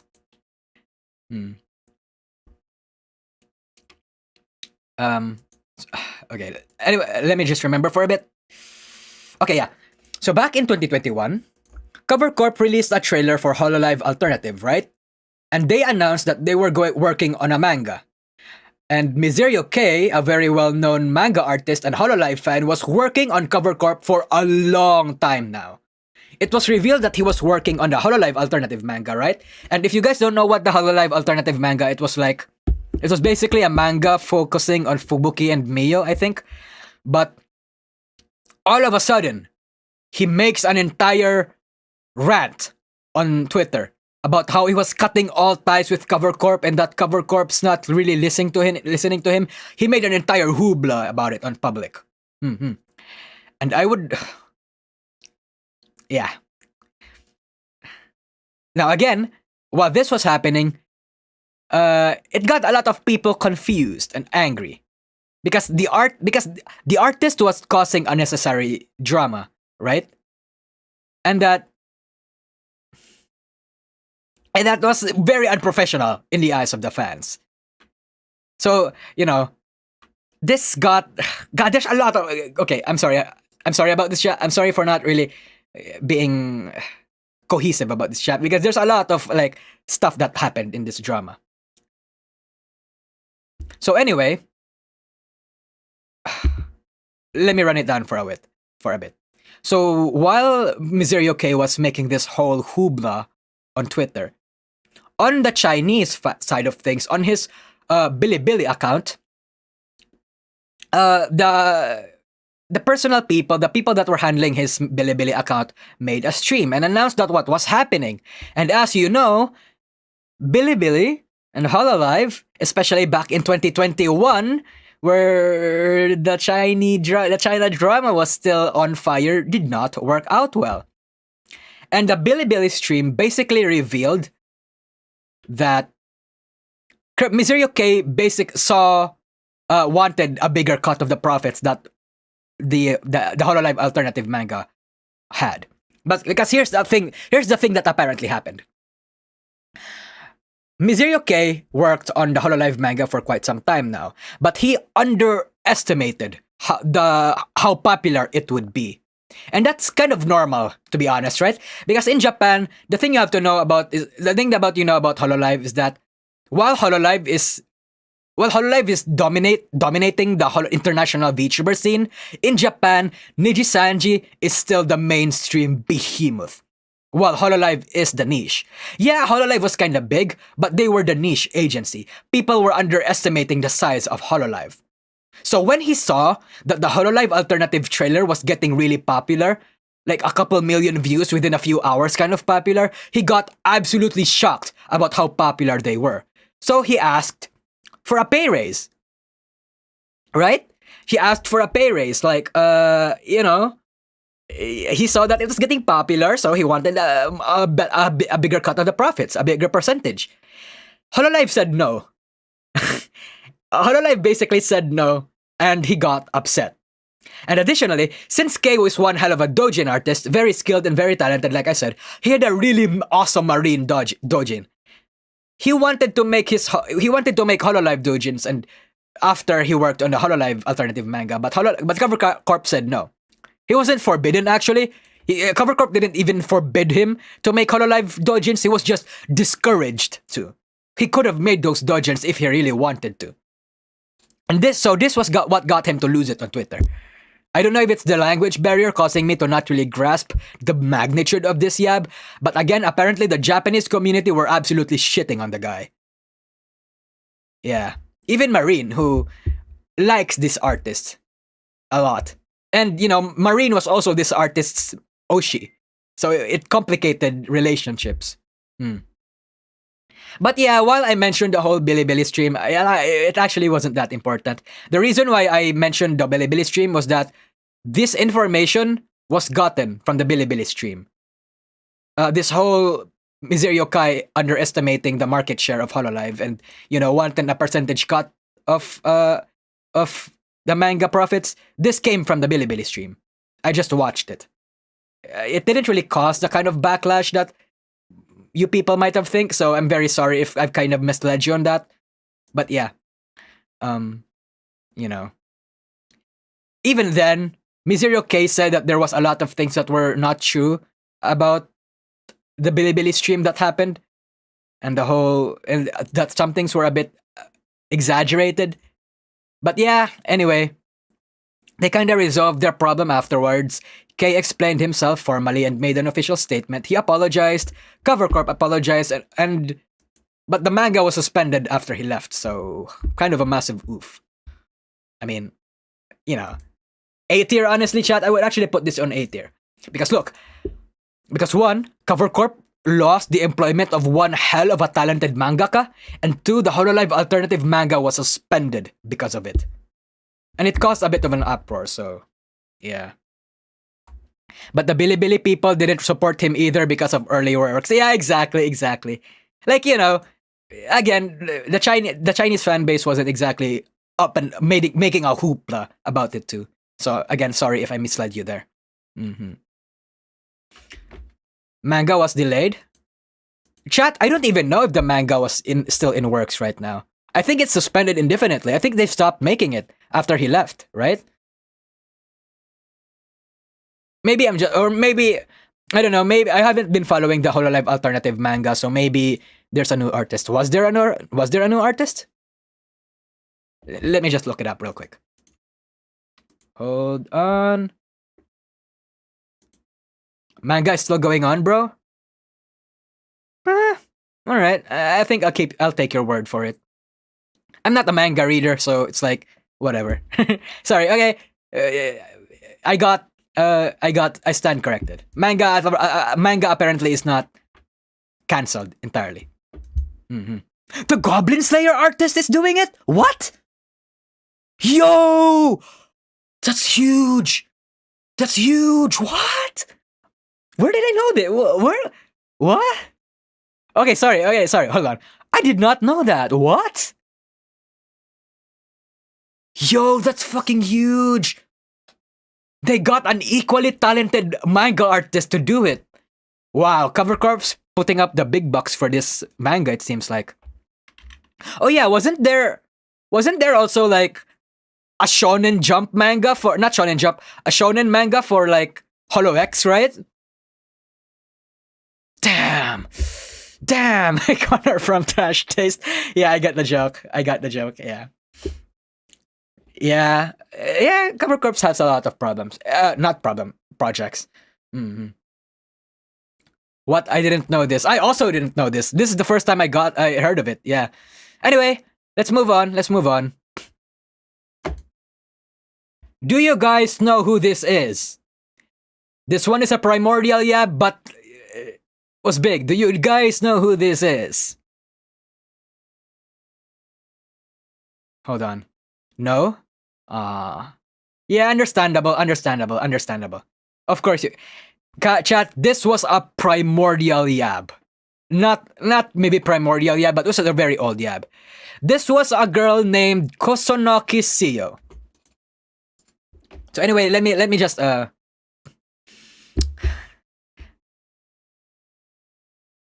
okay. Let me just give you a general context of who this person is. Kotonoki Seo was a really big VTuber back then.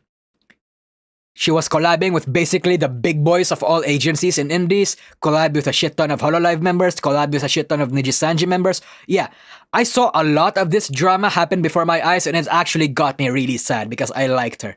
I wasn't actively following Seo at the time, but I did find her entertaining whenever she collabed with the VTubers that I actively followed. And this drama was actually very divisive. I would actually, because, you know, there's decent evidence to prove that Seo was actually... Okay, you know what? Let me just pause real quick. Now, the thing about... Let's start off real quick. Yeah, very famous VTuber back then. And the thing about her was that she was a really good Mahjong player. To a point where the biggest Mahjong organization in Japan appointed her as an official ambassador or something. So when all of a sudden, a Japanese blog site got hacked... I think it was hacked, yeah. But basically... a Japanese blogging service got hacked, right? And it leaks a lot of information and IP addresses. And those IP addresses were linked to her. One of those IP addresses, was linked to her. And when people looked up what the activities of those of the accounts holding that IP address was, the contents were really bad, chat. Like, it was really bad. Like, apparently the account under that IP address was shit-talking other VTubers to an almost slanderous degree. And when people realized this, Seo got cancelled. People were hating on her, her streams were mass dislikes, her DMs were raided, her phone getting random calls, doxing all over the web, her family accounts being bombarded, you know, all those kinds of standard Japanese harassment stuff. Basically the same thing that Monoe Aloe received back then. Right? Now, Seo made a response to this accusation, saying that she wasn't behind the person on the IP leak. And truth be told, there's a lot of leeway to be had. Like, an IP match isn't hard proof to confirm someone's identity behind the internet, because your IP address isn't absolute, it changes. It's not like a phone number or a fingerprint. But then again, there has also been a lot of things that has been stated, and even images that would have been only possible to be taken unless it was actually Seo herself that got them. So it was like, there were conflicting evidence. There were good evidence for both sides, right? And it's like, you know, it it tore her fan base. It tore her fan base.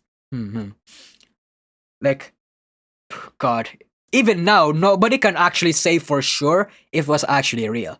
It seems like the general consensus is that the IP leak was not real. Like, she wasn't behind the person that was making all those slanderous stuff in the IP leak.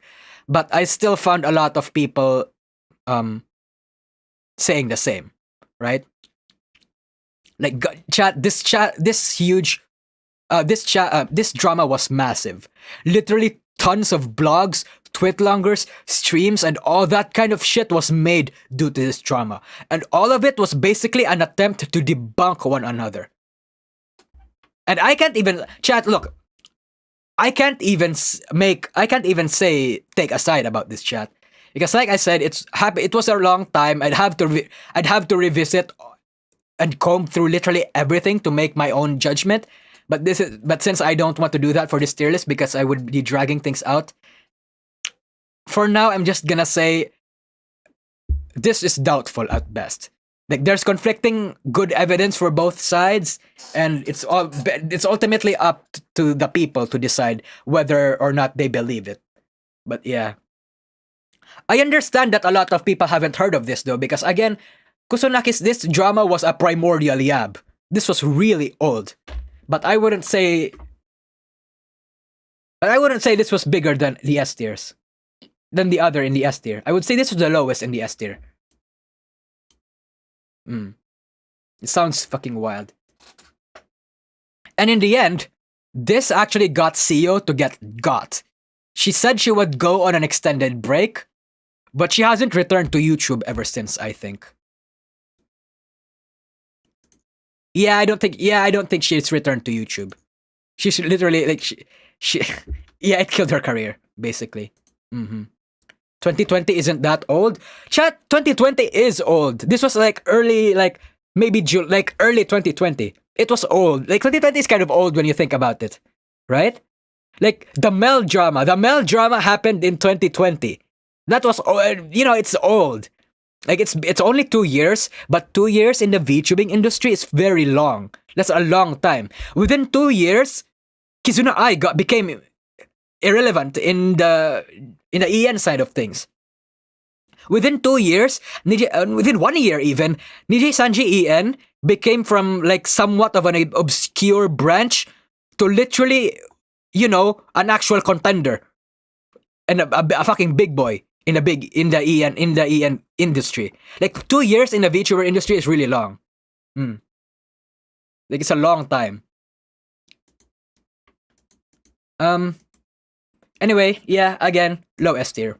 Seo was a massive VTuber back then, chat. Anyway.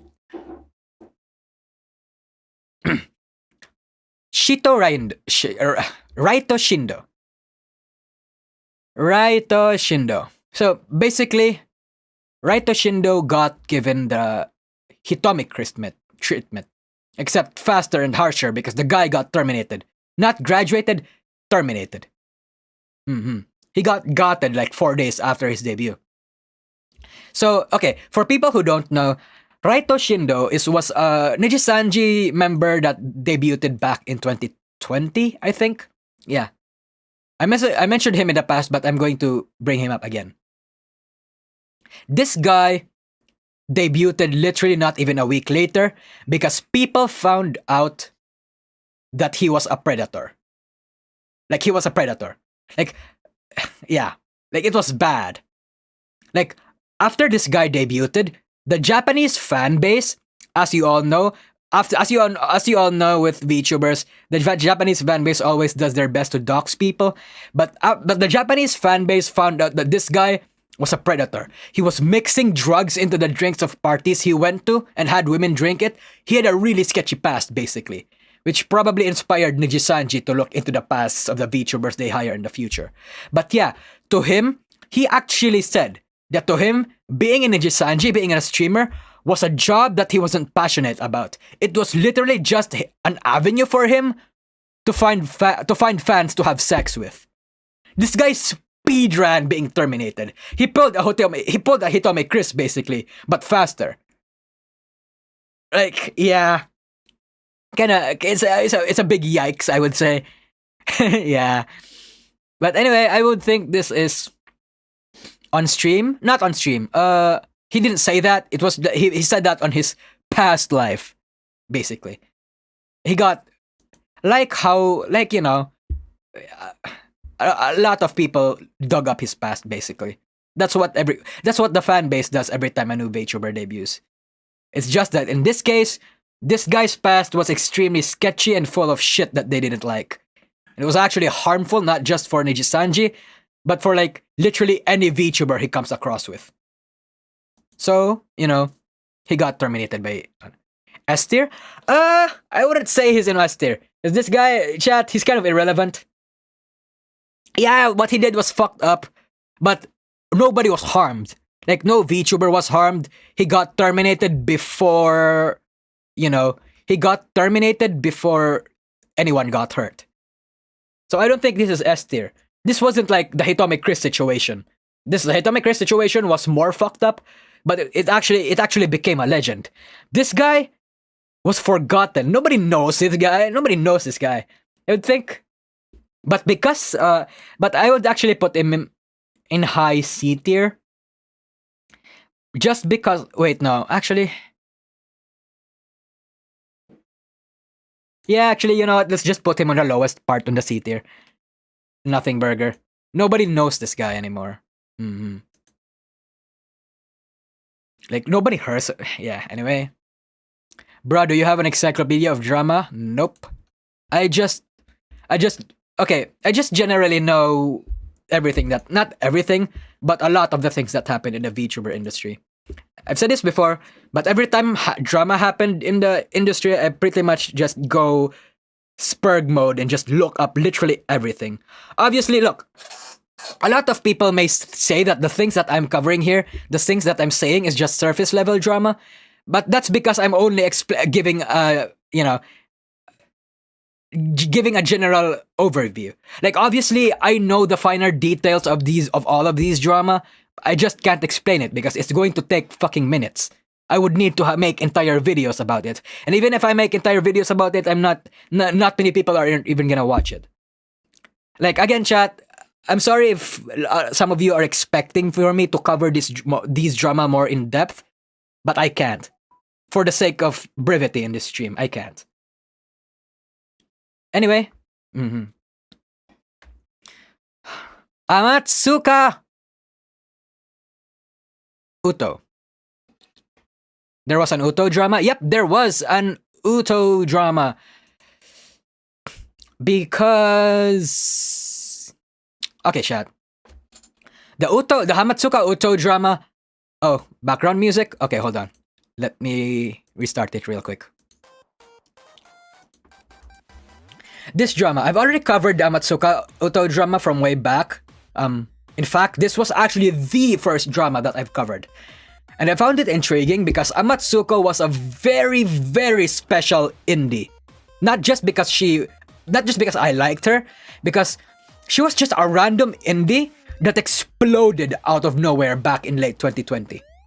The reason that she exploded was because of multiple things. She had kind of a heavy marketing, because, you know, all of a sudden posts on Reddit and Facebook were coming out. And because she had an initial hook to her character. And that hook was that she looked like Amelia Watson. That she was the say-so sister to Amelia's brash and toxicity. Because Nabi was basically her mama. So anyway, even on her debut, chat, look, even on her debut, a lot of people already did not like Amatsuka Uto. Because she seemed like she was leeching off of Hololive, off of Watson's popularity, and all that kind of shit. In January, an artist suddenly started seething on Twitter because Udo apparently wasn't adequately compensating him for illustrations. And to make it worse, when that artist tried to hit her up and ask for the compensation, she was cold and basically ghosting him. And the artist was just asking for like $5 or something. It was like 1,500 yen. She then took a break. But while she took a break, speculations in the Japanese side of the internet started running amok again. Because apparently, Uto was leaked to have been in a black company. Not a black company, a shadow company. That there was a shadow company controlling literally every facet of her VTubing activities from the very beginning. And this was a big deal because Uto all this time was pretending to be an indie VTuber. And this whole weirdly enough, Narukami Sabaki was the one that actually covered this, and he was right for this one.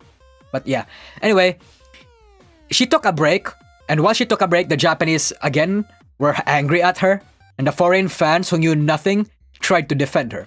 But eventually, Uto came back with an apology, literally confirming the rumors. That yes, she was instructed to directly leech off of Hololive by using their meta tags, and was even encouraged to keep mentioning them on stream so she can get more clippers and basically cling on to their popularity. Yes, she was controlled by a company that she wasn't allowed to mention in the first place. Yes, she was pretending to be an indie and pretended to be an innocent. Yes, she lied about multiple things. Literally, most of the things that Narukami Sabaki said, most of the things that Arat said, were true. She said in her apology letter that she was free from the company, but the Japanese kinda didn't believe that, because a couple months later, she threw her own 3D debut.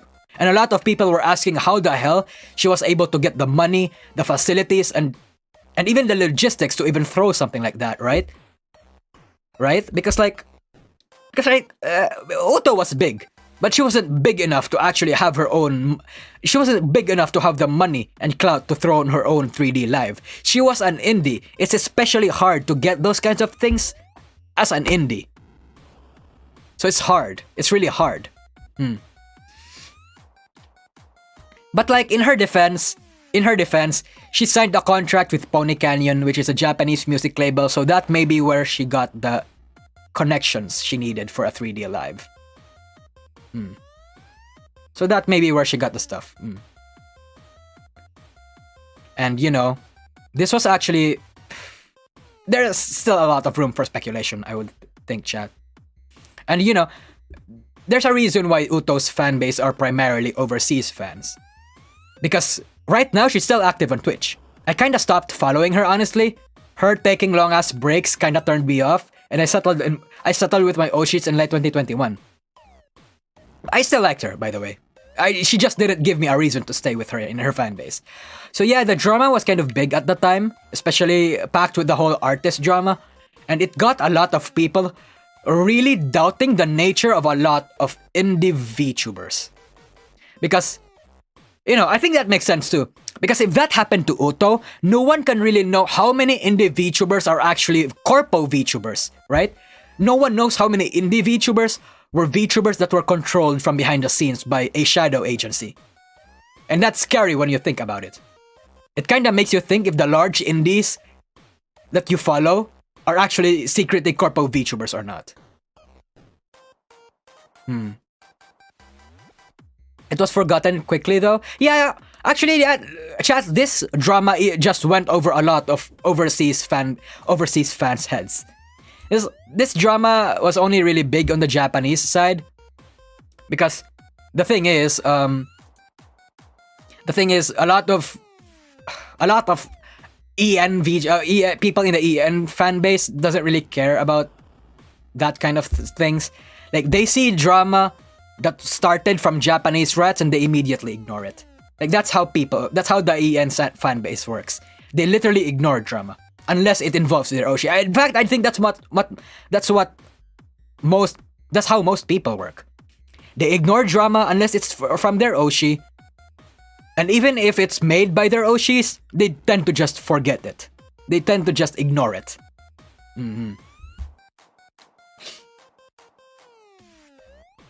Depressed Nosagi is not a corpo? I don't know, chat. Maybe I'm secretly a Niji spy, Maybe I'm secretly a Niji spy or a Holo spy. Literally making drama tier lists just so I can tier the reputation of the other tribes. I don't know, chat. Maybe I am a fake YouTuber made to ruin the reputation of multiple people. Nosagi is sponsored by Usaken. Yeah. Sponsored by Usaken. What the fuck, man? Yeah. Anyway, let's move on. Oh yeah, wait, I forgot to list her. I would put this on a B tier. Hold on. Lower than Ollie, I would think, right? Right? Lower than Ollie.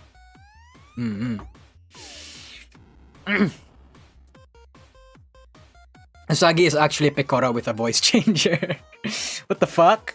Maybe. Or maybe I am Pecora. Chat, maybe I am Pecora.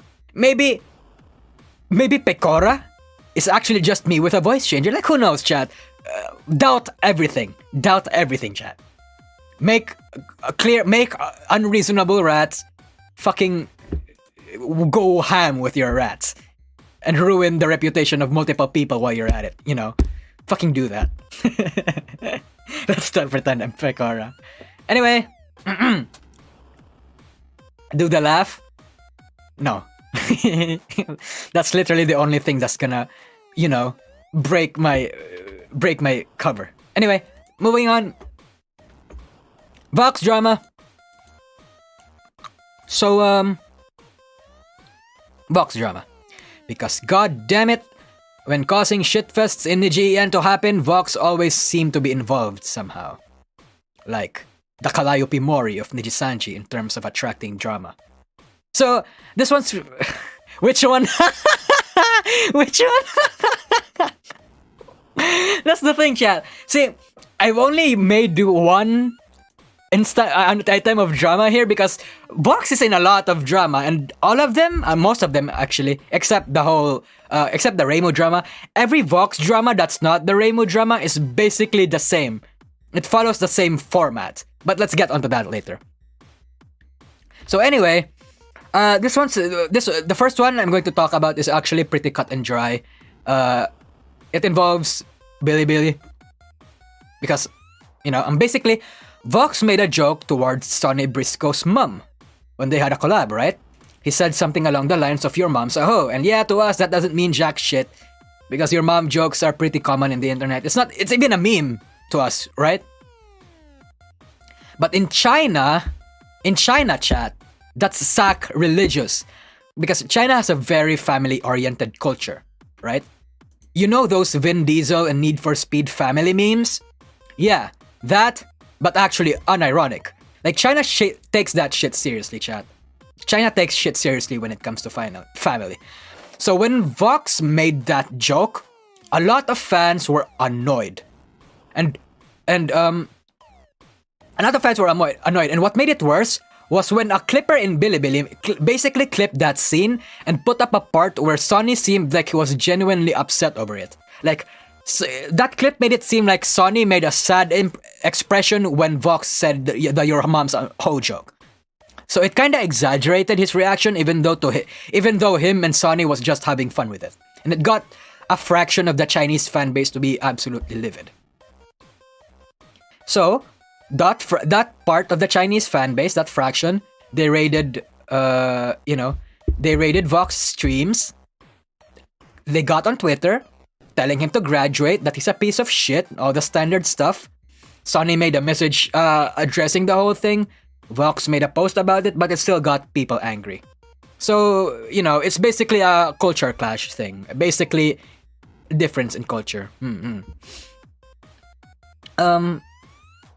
Like I said, honestly, at this point, Vox has become sort of the Calliope Mori of Nijisanji. Because both get frequent cancellation attempts and get in a lot of drama for what seems like every other week. I mean, he took a month-long break for unrelated reasons, but yeah. He has kind of a negative reputation in a particular sect of the internet. Like Kali. Again, like Kali. But, yeah. Again, I should just let you guys know that Vox has been in more drama than this, but, you know, it's pretty much the same to me, all of them. There's that one drama where he apparently failed to tell Mista about a particular clip having copyrighted sound, And because of that, a toxic part of the fan base were again raiding Vox, telling him to go graduate. And there was another part where people called out cultural misappropriation. Though if you ask me, that's only GEN's management, not the members themselves. And you know, there's also that one. There's also that one incident where Yalan basically said that where Vox basically said that he wanted to fuck Yalan, and then a part of the fan base overreacted and basically told him to go delete his tweet, go kill himself, go graduate, all the standard stuff. You get the picture. It's all the same to me now. So for me, I would put this at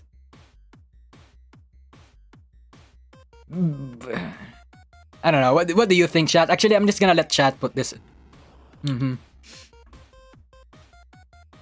C or B? Everyone's saying C or B. Maybe C? I don't think it's C, chat. I don't think it's C. I don't think it's C. Because it's like, again, C is for like nothing burgers. That was actually, not nothing burgers,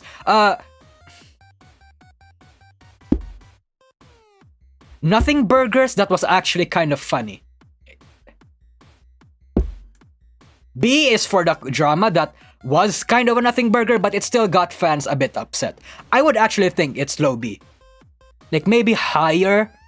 Wait, no, not higher. Maybe this one. Maybe this one. I think this is it. I think this is it. Low B. Oh my god, speaking of C, I forgot to put the Simrai drama. Hey, oh my god. Fuck. Okay, yeah, like I said, forgot a lot of things.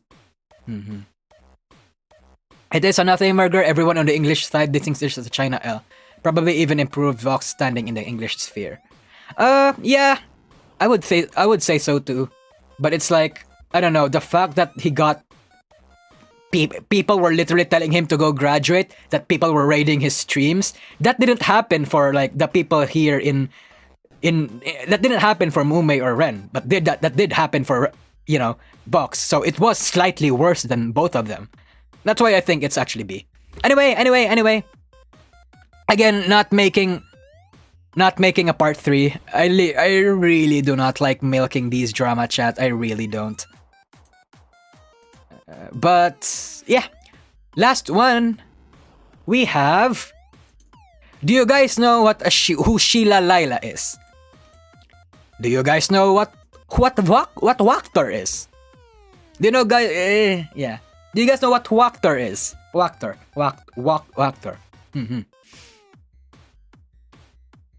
Okay, lots of people are saying nope. Yep, let me explain.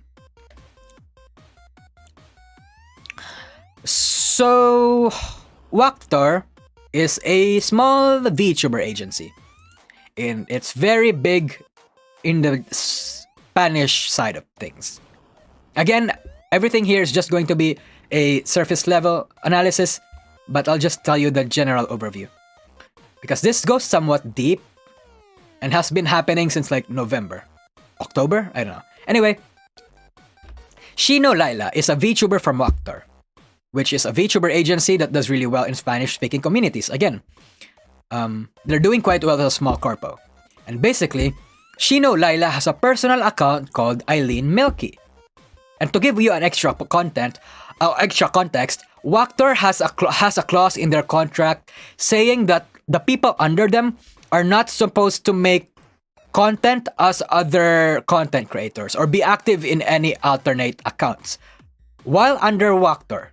So that's like you know how Hololive members basically lets their talents do whatever they want on their personal accounts, right? Like Hololive lets them do that. It would even let them make porn if they wanted to, right? You know how that Cover Corp allows their talents to do that, right? Well, Wakter does not allow their talents to do that. When you're in Wakter, you're only allowed to make content for Wakter. Basically something of an exclusivity deal, I would think. Yeah. And making content. But what happened was that Shino Laila was breaking that contract by streaming and making content on her other account. On her other account.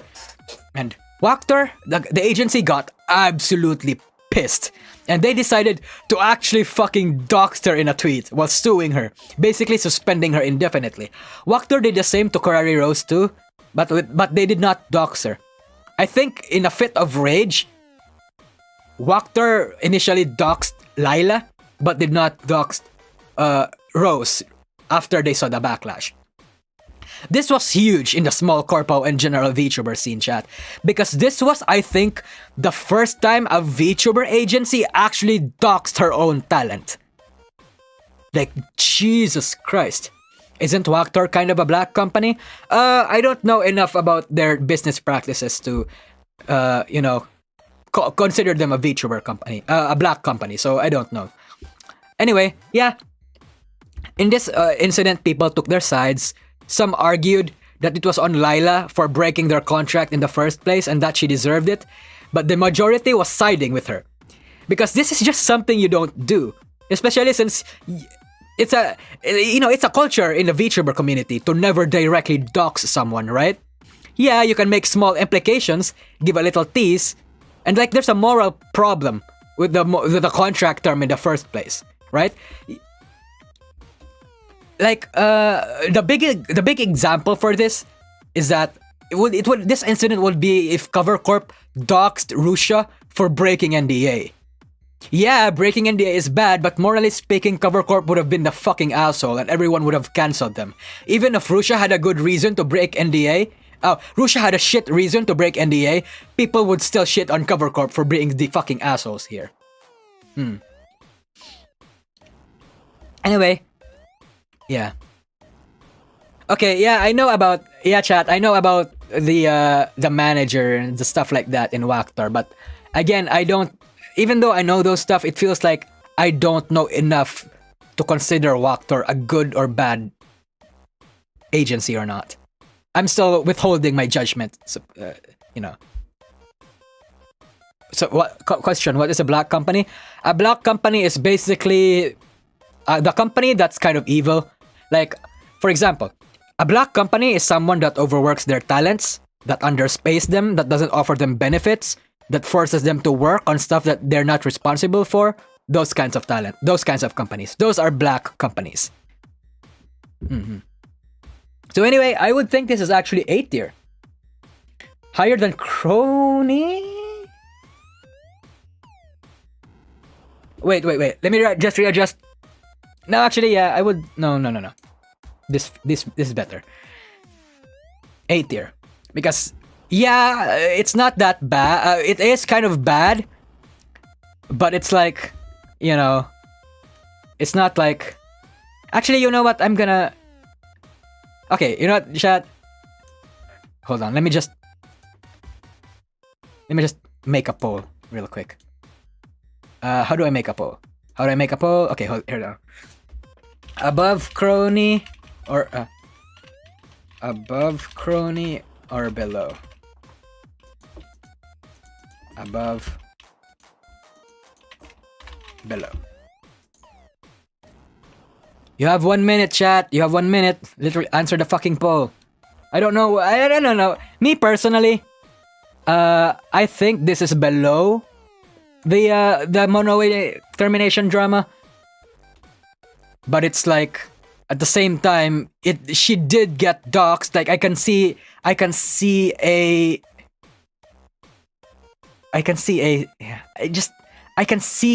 an argument to be had where she could be higher than Monoe or even Kronii.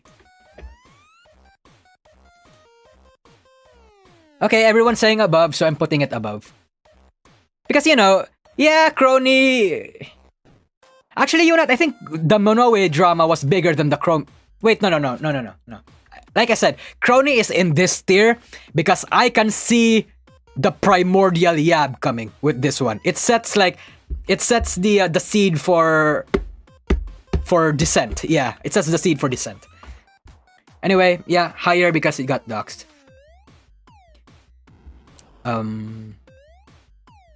Yeah.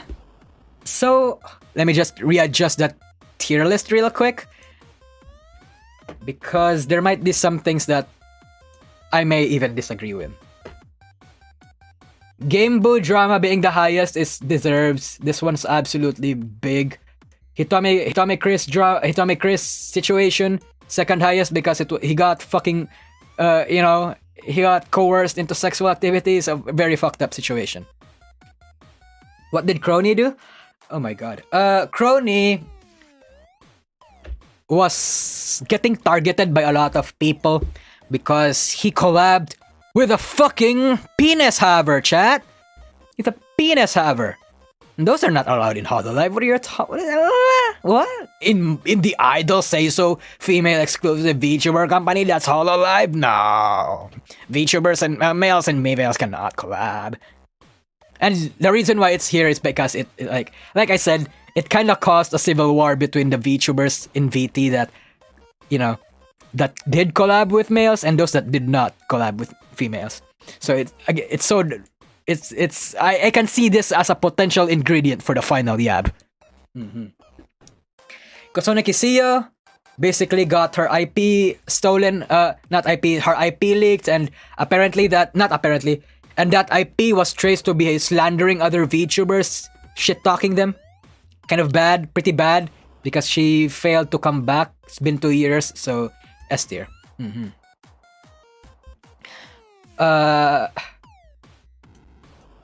Nyanners drama is the pump drama where people were calling her a hypocrite because she's an anti-lolicon but she makes Hololive content, and the pump video was the symbol for that. Shino Laila drama, again, we just talked about this. Kronii, I just talked about this. Monoe got terminated from VOMs for reasons unknown. Literally nobody knows what it was. Hololive Alternative. The mangaka basically made the mangaka spurred on Twitter because apparently he wanted a better pay raise, a higher percentage cut from the Hololive manga profits after seeing it was doing so well. The Kaoru drama. This guy terminated, not voluntarily terminated. And there was rats that he was fucking Sakura Miko. Axia drama. Lots of people were making rats that he and Honma Himawari was dating, and he was also lashing against people that were babying him. The Ollie drama is both the Ubigate and the face reflection drama. Uto artist drama where an angry artist basically called her out for not paying her dues, and she came out saying that she was faking being an indie, that she was actually an actual corpo VTuber, and she's leeching off of Hololive. Yeah. Chihiro, basically the same reason as Aqua. She got hated on because a lot of Apex backseaters were on her chat, and she focused on those haters a lot. Matsuri and Haachama's drama. Basically, Haachama wasn't attending Matsuri's stuff, but Matsuri was okay, let me rephrase that. Haachama was not available when Matsuri asked her to be in her 3D birthday live, but when Rusha's anniversary happened, she was there, so it got a lot of people angry. Not a lot of people. It got Matsuri angry at Haachama, and it got people to actually think that there was something of a bad blood between them, caused a divide between both fan bases. Vox drama, amalgamation of literally every single Vox drama, but the one I wanted to talk about was him being cancelled for, attempted to get cancelled because he made a Yo Mama joke, and that, because of cultural clashes, he got a fraction, a part of the Chinese community were raiding his streams, telling him to graduate, stuff like that. The Dan drama. Dan drama, very controversial launch. People started blaming at Cover Corp. People started blaming Kaoru, but ultimately, Moomers was the one that initially wanted it out. I'm just I'm you know, I'm restating everything right now. What is the appeal of ape sex? What are you talking about? What's ape sex? What's ape sex? What's ape sex? Just code. What? Okay, hold on. I feel like you guys are using a term that I may not understand, but I would know. Genshin? Oh, Apex? No, not ape sex. Apex. I'm sorry. No, not Apex, not ape sex. What the fuck? Okay, sorry. Yeah. Ren Zotto, basically, people started calling him a leech because he was commenting on a lot of Hololive talents chat, and he got ignored until Ollie and the Tempus boys came along. Kyo and FalseID, two news tumors duking it out on who's better. Raito Shindo, Predator, an alleged, not alleged, I think, but he was a predator that got into Nijisanji, literally terminated 4 days later after he debuted because he was a predator. Mixed drugs into women's drinks, said streaming was just an avenue for him to fuck women. And the Maganing, which actually helped Magni. When Tempus released, their designs were actually not that received well, and people were starting to joke and shit post about how bad their designs were. But then those shit posting actually became unironic, and it became positive. Where's the Finana, the educate yourself drama? That's on the previous tier list. Again, this is a part 2. There's a part 1. The big ones are on part 1. So if you guys want to check that out, dozo. Go ahead, I guess, Mr. Joestar. Anyway, Nusagi and the fake FB page drama. There wasn't a... Oh, yeah, PSA. I have multiple announcements about that. Maybe some of my Southeast Asian fans here, go to Facebook because there are big Facebook groups. There's someone in Facebook that's pretending to be me. And it's really weird too because he's very formal and saying stuff like, Eureka! I have discovered a similarity between these particular sects of VTubers. Yeah, that's not how I do things, what the fuck? But yeah, there's an impersonator of me on Facebook. And, just to tell you guys that that's not me. Just a PSA. What's Ollie? Ollie, you can just rewatch the VOD later. Ollie is the UB gate. And the face. Yeah. Anyway, I'm gonna have to not end the stream because I have to read every super chat yet. But before I do the super chat stream yet. Before I do go to the super chats yet, I just want to say, the next video I will upload is gonna have the sponsored ad read, and I don't know how I wanna go about it yet, because chat, my creative juices aren't running well right now. Probably because I'm tired most days, so I have to say sorry if the ad read isn't that impressive.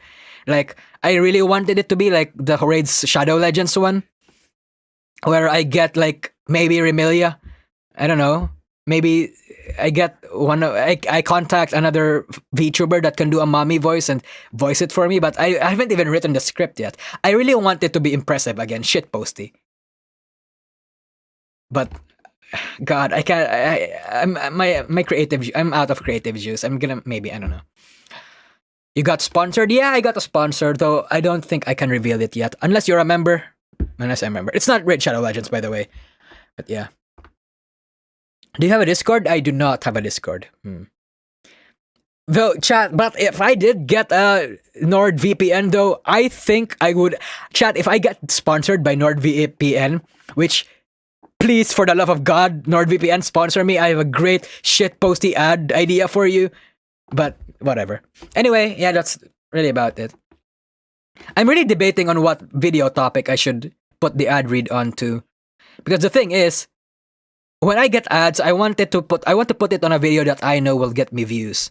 And so far, the video that my members chose don't seem like the video topic that my members choose that's going to be my next video seems like it's not going to be a topic that's gonna get me views. But I'm still gonna put it there anyway. Because it's like, whatever. It's a sponsor. If they don't want to sponsor me next time, then whatever. Are you a VTuber afraid of getting doxxed? Nope, not really. Who gives a fuck about people seeing my face? Oh, okay, wait. You mean you're talking about a VPN ad read? Okay, yeah. I actually have something related to that. But, okay, chat. No, I can't leak my ideas. I can't right now.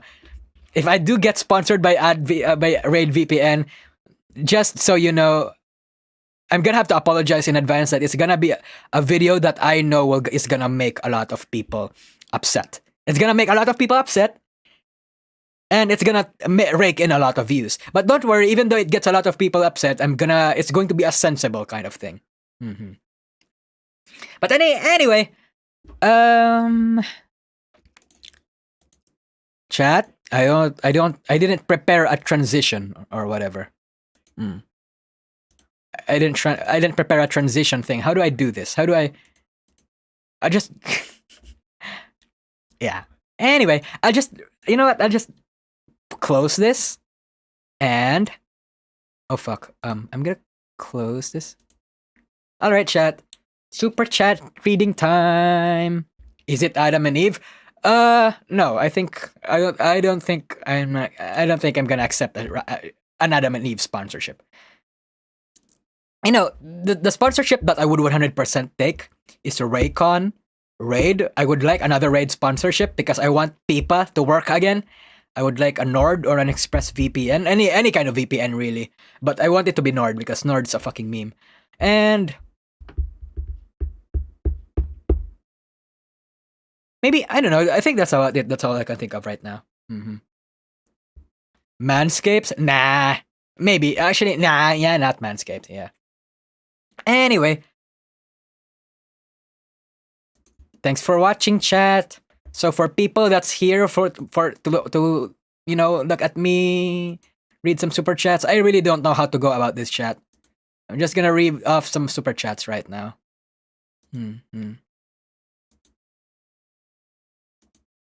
So. Anyway. Let's start.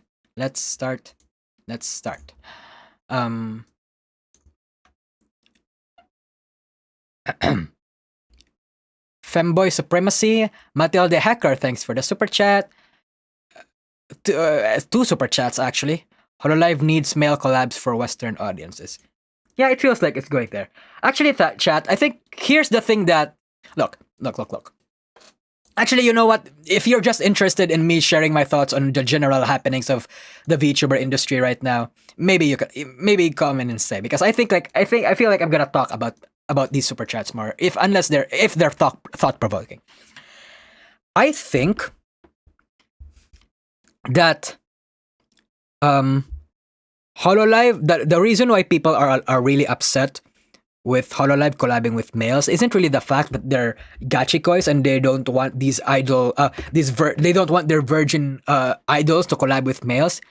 It's just that they have the culture that Hololive cultivated is not that kind of culture. It's not the same kind of culture that Hololive or that Nijisanji has, I mean.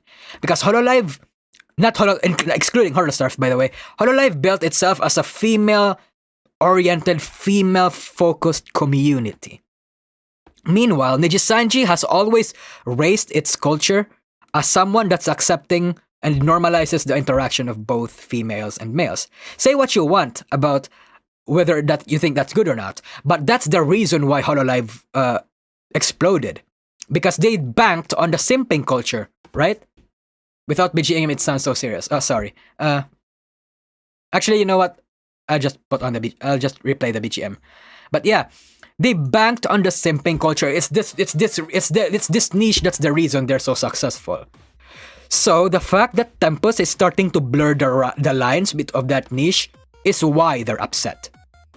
It's not necessarily the males being. It's not necessarily because of they don't want these males interacting with their virgin idols. It's because of that.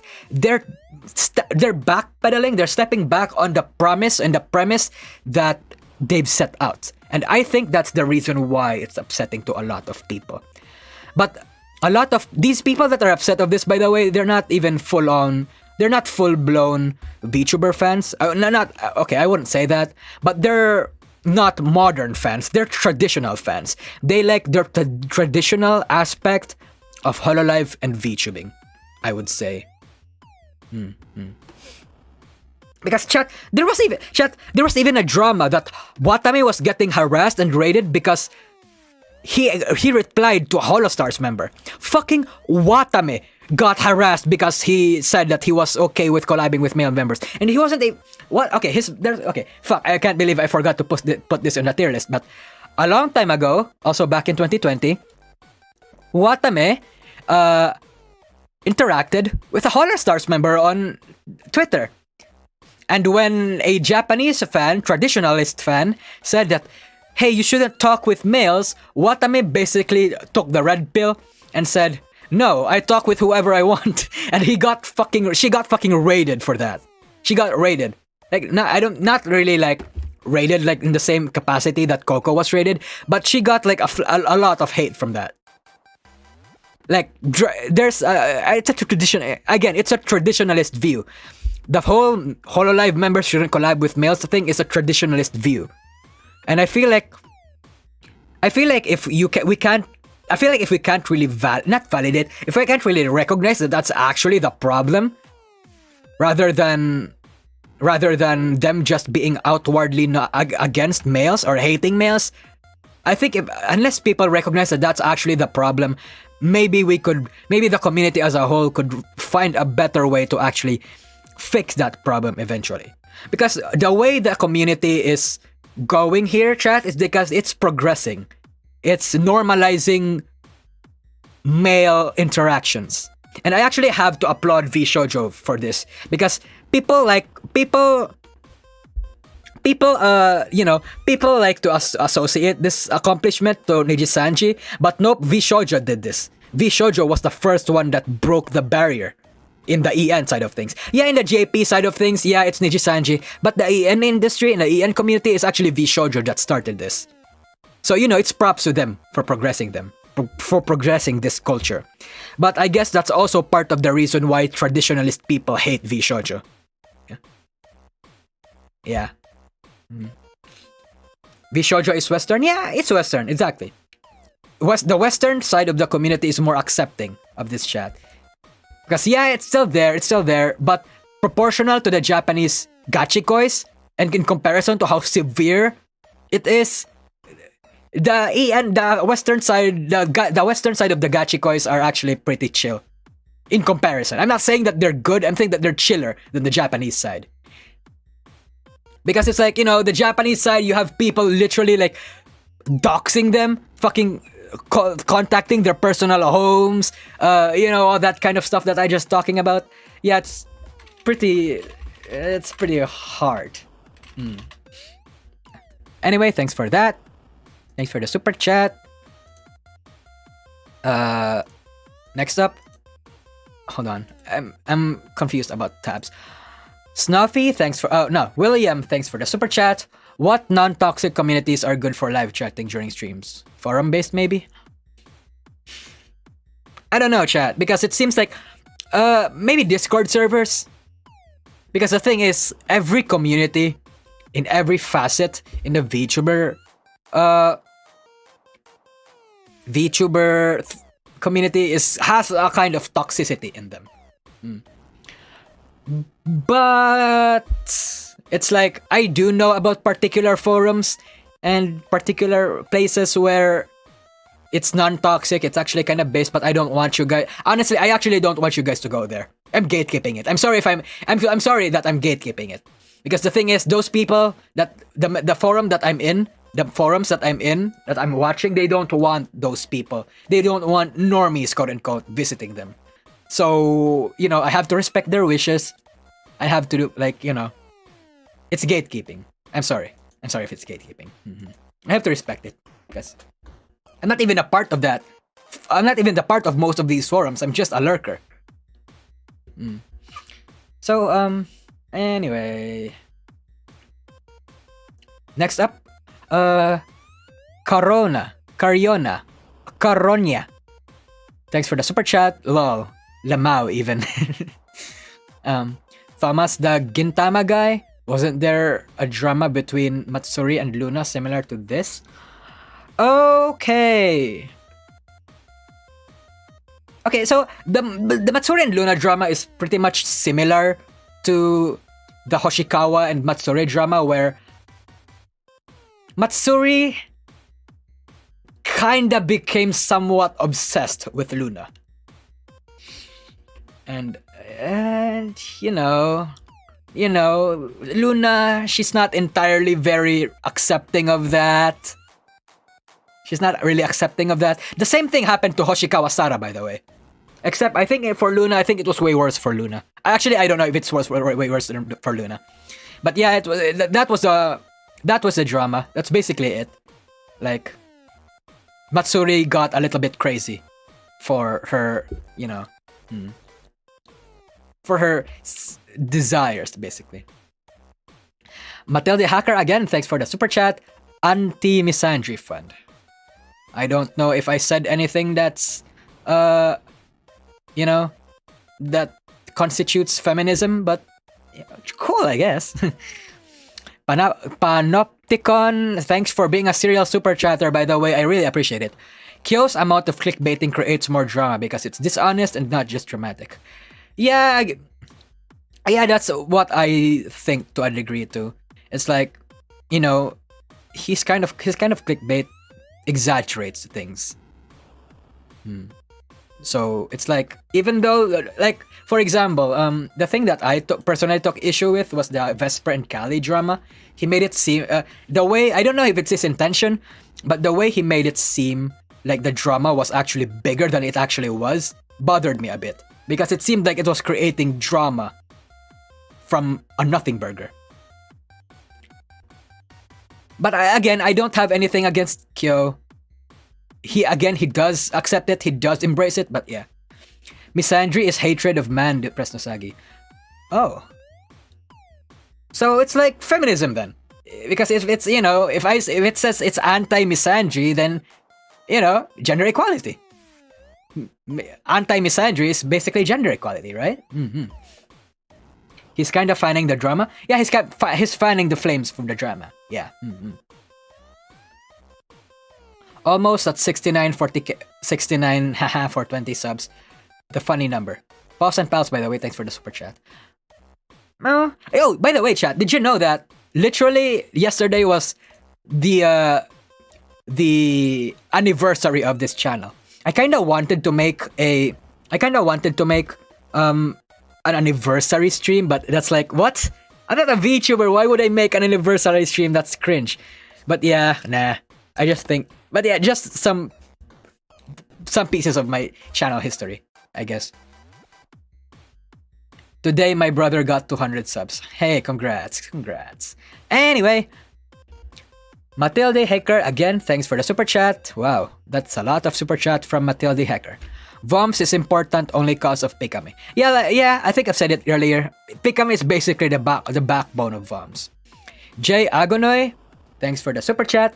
Comparing Russia's case to Monoe's, which was worse? Fucking obviously, Russia's case was worse. Because it was bigger. Yeah, it was bigger. Yeah, but in terms of like how they were treated by the company, I would say Monoe was a bit worse. Because at least in the Russia case, Cover Corp actually gave her like the benefit of the doubt by saying that, not benefit of the doubt, but they were actually initially supporting her by saying that, hey, we don't give a shit if Russia has a boyfriend, we let her do what she wants. Like that's a good thing on Cover Corp's side.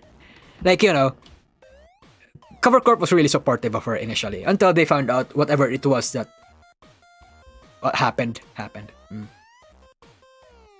Anyway, I'm just gonna end that real quick. Paus and Pals, thanks for the super chat. That's blank. God, thank you. Panopticon again.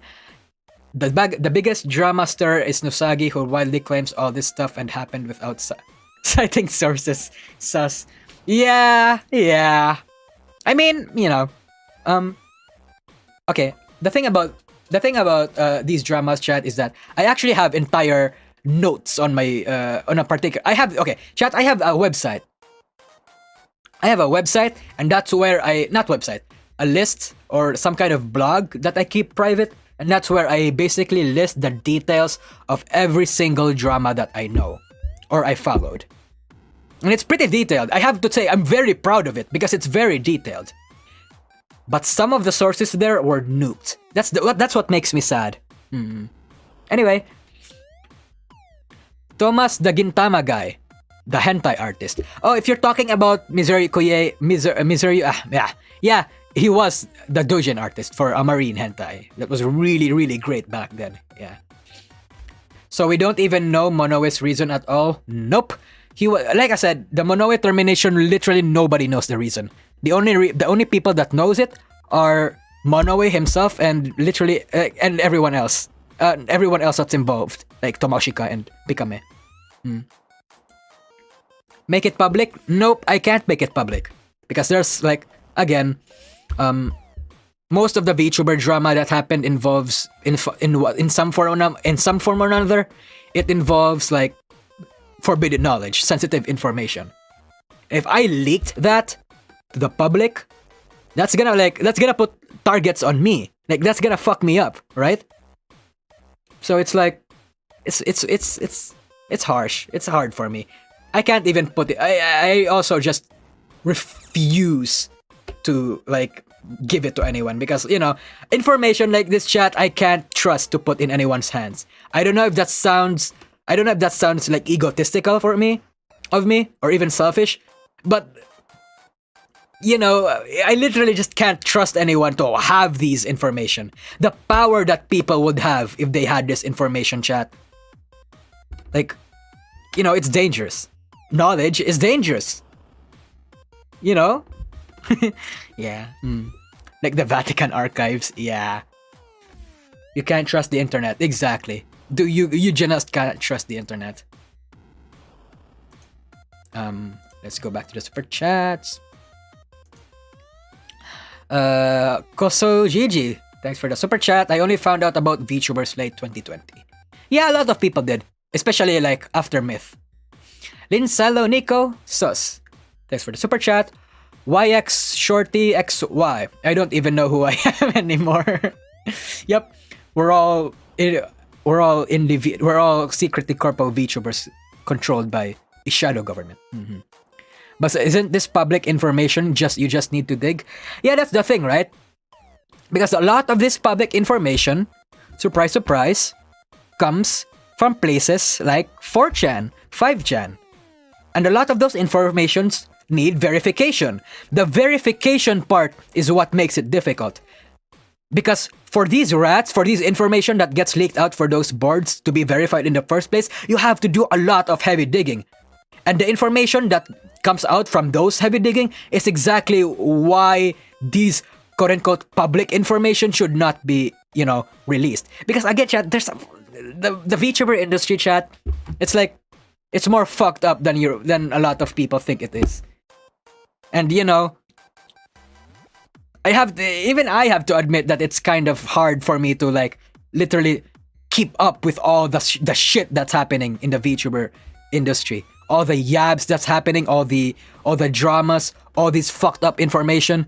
It's hard for me sometimes. I don't mean to say that I'm a martyr. I'm not. I'm just saying I brought this on myself. I fucking started logging all these events by myself, so I deserved it. But I'm just saying it's taken a toll on my enjoyment for VTubers as a whole. Because slowly by slowly, the magic of VTubers just disappear once you get into my shoes, chat. It just happens. The magic just happens. It just disappears.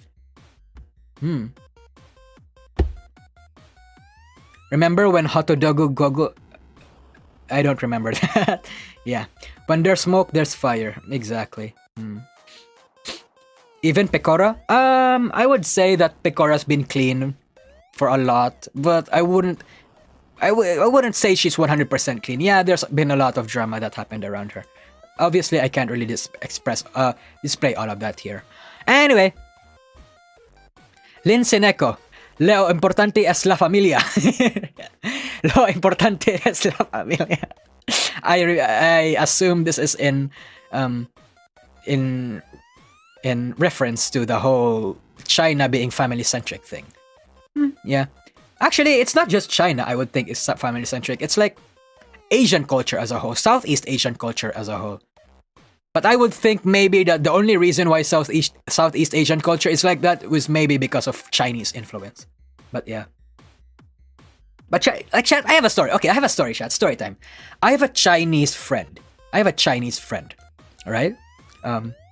He gets into Western culture. He understands Western humor. And, surprise, surprise, a lot of Western humor actually revolves around insulting someone's mother. So, we were playing one day, right? We're playing a bit of Apex one day. Then, he typed something in the chat. He said something along the lines, I forgot, it was like a year ago. But he said something along the lines of, like, fuck your dad, or something. Like, your dad's a terrible person, something like that, right? And apparently her mom saw that. Because he disconnected. And over on Discord, he told me that his mom saw that, and like he literally like, gave her a very harsh punishment for it. Like chat, the Chinese the family centric culture in China is really really big, chat. It's not something to be taken lightly. Over in Mexico, there's also heavies. Yeah. In Mexico too, I mean, that's the whole Breaking Bad thing, right? Like that's what the whole mafia in Breaking Bad is revolved around. Family. Family. Imong mama. Yeah. We have those jokes here in the Philippines, but you know. Anyway. Thanks for the super chat. This is a Japanese text. What Laila did is that she almost literally said on her personal channel that she's Laila while putting a picture of Laila in there with a censored eye. Huh. Did she do that after she got doxed or before she got doxed? She got doxed. Oh wait, I think I've heard of this one. I think like someone in Vactor. I don't know if this was Laila or not, but I've heard this that someone was in Laila and someone in Vactor was apparently intentionally trying to get her contract terminated. I think was that Laila? Did she do that to intentionally get terminated? I don't know. But yeah, I think I'm inclined to believe you because Laila seemed like she really wanted to go out of Vactor. Because if she broke like contract terms to stream on her other account, that means she's unhappy in Vactor, right? Yeah. So if that happened before the entire drama happened, before the entire doxing happened, I can actually understand why the Vactor people also thought that it was okay to dox her since she already doxed her herself. Anyway, are you Batman? I wish I was. Is there this VOD's not going anywhere, chat. This VOD's gonna be fine. Tharja IBW, he's thanks for the super chat. I'd say include the recent drama surrounding Noel's. Oh yeah, nope. I can't. Like, look at the note that's below the stream. I literally cannot talk about VTubers.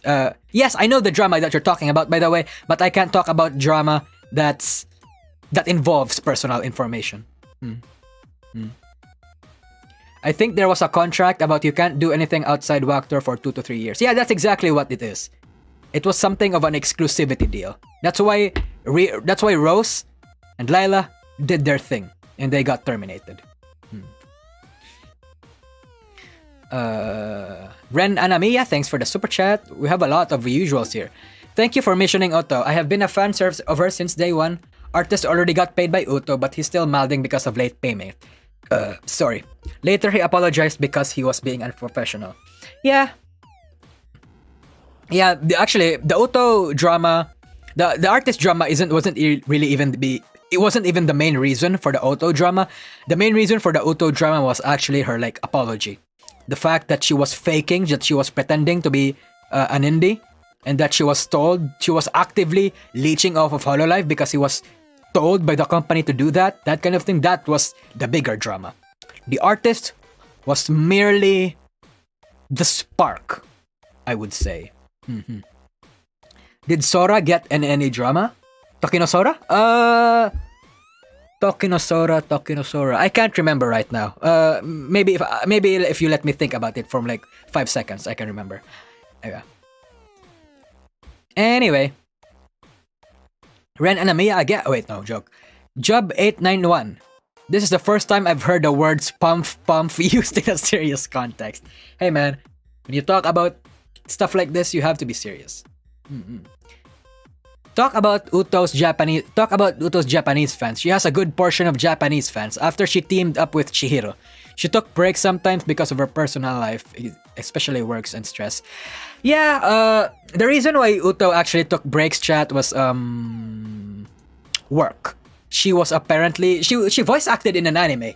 She was voice acted in a minor role for an anime, and she was apparently voicing to be in a game. She's kind of busy, chat. Right? Like, I think she've only even returned recently on Twitch. I think she didn't want to stream on YouTube anymore because she didn't want to keep making thumbnails and stuff. But yeah. In terms of Japanese fans though, Uto's Japanese fans are actually pretty mixed because, yeah, she has a good portion of Japanese fans. I would say that in the Japanese community, Uto is very much hated. Not hated, but those that know the incident hate her. Because even before she became Amatsuka Uto, she did a lot of yabs. That's all I'm gonna say. She did a lot of yabs. Mm-hmm. If you know, you know. Again. Homeski, thanks for the super chat. Super chat Taimu. Mm-hmm. Boss and Pals, thanks for the super chat. Honest question. What is Pekame supposed to be? I mean, she is like a dinosaur, an alien, something third thing. Honestly, I don't know. Because like, Gyari is a Vocaloid artist and an actual artist. And what happened with Voms was that he literally just came out into the VTuber industry and said, "Hey, I have three virtual girls that I have. Does anyone want to wear their skin and become a VTuber?" And Pekame, who didn't even know what VTuber said, was actually like, "Yeah, I wanna try. Are you willing to give it to me?" And Gyari was like, "Yeah, sure." And then suddenly, Pekame became the biggest person in in Voms. Mm-hmm. Thanks for the super chat. Thomas the Gintama guy again. Seriously though, what happened with Matsuri and Luna? Oh, I just answered that. Mm-hmm. Almost at 69. Oh, okay. Depressed Nosagi. Do you know about the Yumeno Lilith drama from Norio Pro? She got terminated. Alright, chat. Yumeno Lilith is someone from Noripro, which is one of the more medium-sized VTuber agencies in Japan. And all of a sudden, in December last year, she got godded, terminated, fucked, ass blasted into oblivion. I'm out of words. But yeah, what Noripro said that she was terminated for are like really weird things. Like, for example, she was apparently doing illegal stuff. She was making breaches of contract. She was making, and she was like breaking NDAs, non-disclosure agreements. So basically worse than Russia. Right? As of now, I can't really say anything about the Noripro incident other than rats. Because like, no one really actually knows. I mean, yeah, there's a bit of rats with some backable, some decent evidence about it, but all we can really say about it are rats. But, you know, a lot of people say that it's because she was ecchi. But that's not it. That's not fucking it, obviously. But yeah. She got gotted for a really big reason. What happened to Ollie? You're gonna have just... I kinda don't want to explain what happened to the Ollie drama anymore. So maybe you can just watch the VOD after? Sorry. That's quite vague, no? Yeah, exactly. The nature for terminations like these is always going to be vague. Because people have to realize the companies aren't going to specify on what NDAs, what contract breaches, what things that the VTubers have done to warrant these terminations.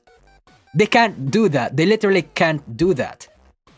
That's why I was actually confused why people were demanding that Cover Corp release the reason for why they terminated Grusha. Like, you fucking idiot. They can't do that. That's... what? Yeah. Is the Simrai one about the imposter Simrai?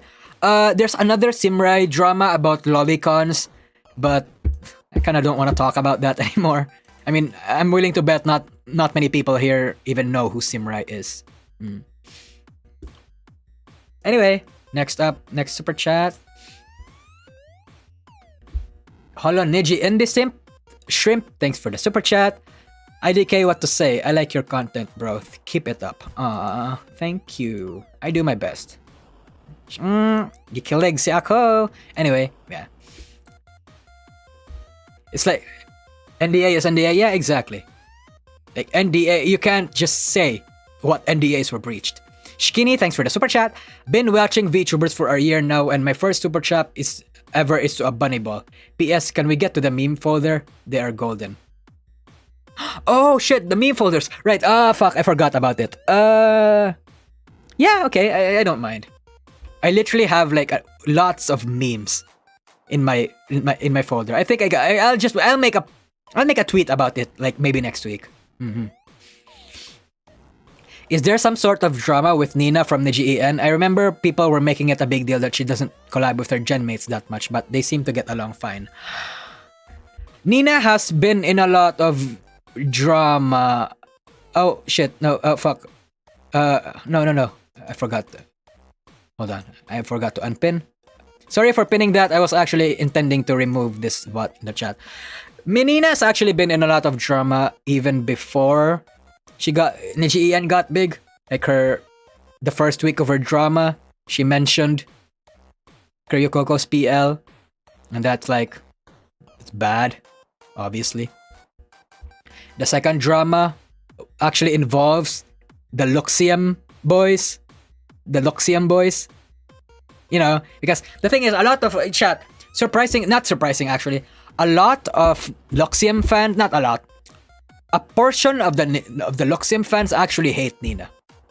I don't know if you guys know about that, but they hate Nina. So far, the reasons that I've seen as to why they hate Nina is because there were incidents in the past where maybe it went a bit too far, according to these fans, and like Nina's kind of, you know, yeah, God, it's really hard. But yeah, it's really hard to explain this because I don't think I would be doing the people that hate Nina justice if I just regurgitate what they say. But yeah. They kind of don't. So I'm not saying that Luxium fans hate Nina, chat. Okay, that's not what I'm saying. What I'm saying is that a small part of Luxium fans hate them. And the reason, and I think False made a video about it, talking about Nina not really talking with her genmates, that kind of stuff. And even then, there's also another Nina incident that involves her past life. So yeah, suffice to say, Nina's been in a lot of controversy. Hag hate? Is she even a hag? I don't think Nina's a hag. Hold on. I don't think Nina's a hag. Even then, hag is not based on age. It's based on maturity, right? A VTuber can be a hag Even if they're 26 years old. Okayu, she's fucking 26 years old. Okayu is a hag. Oh, right? Right? You guys agree with me, right? Like, come on. We love our, we love our we love our hags here. Are you a hag? Nope. Excuse me. Oh my god.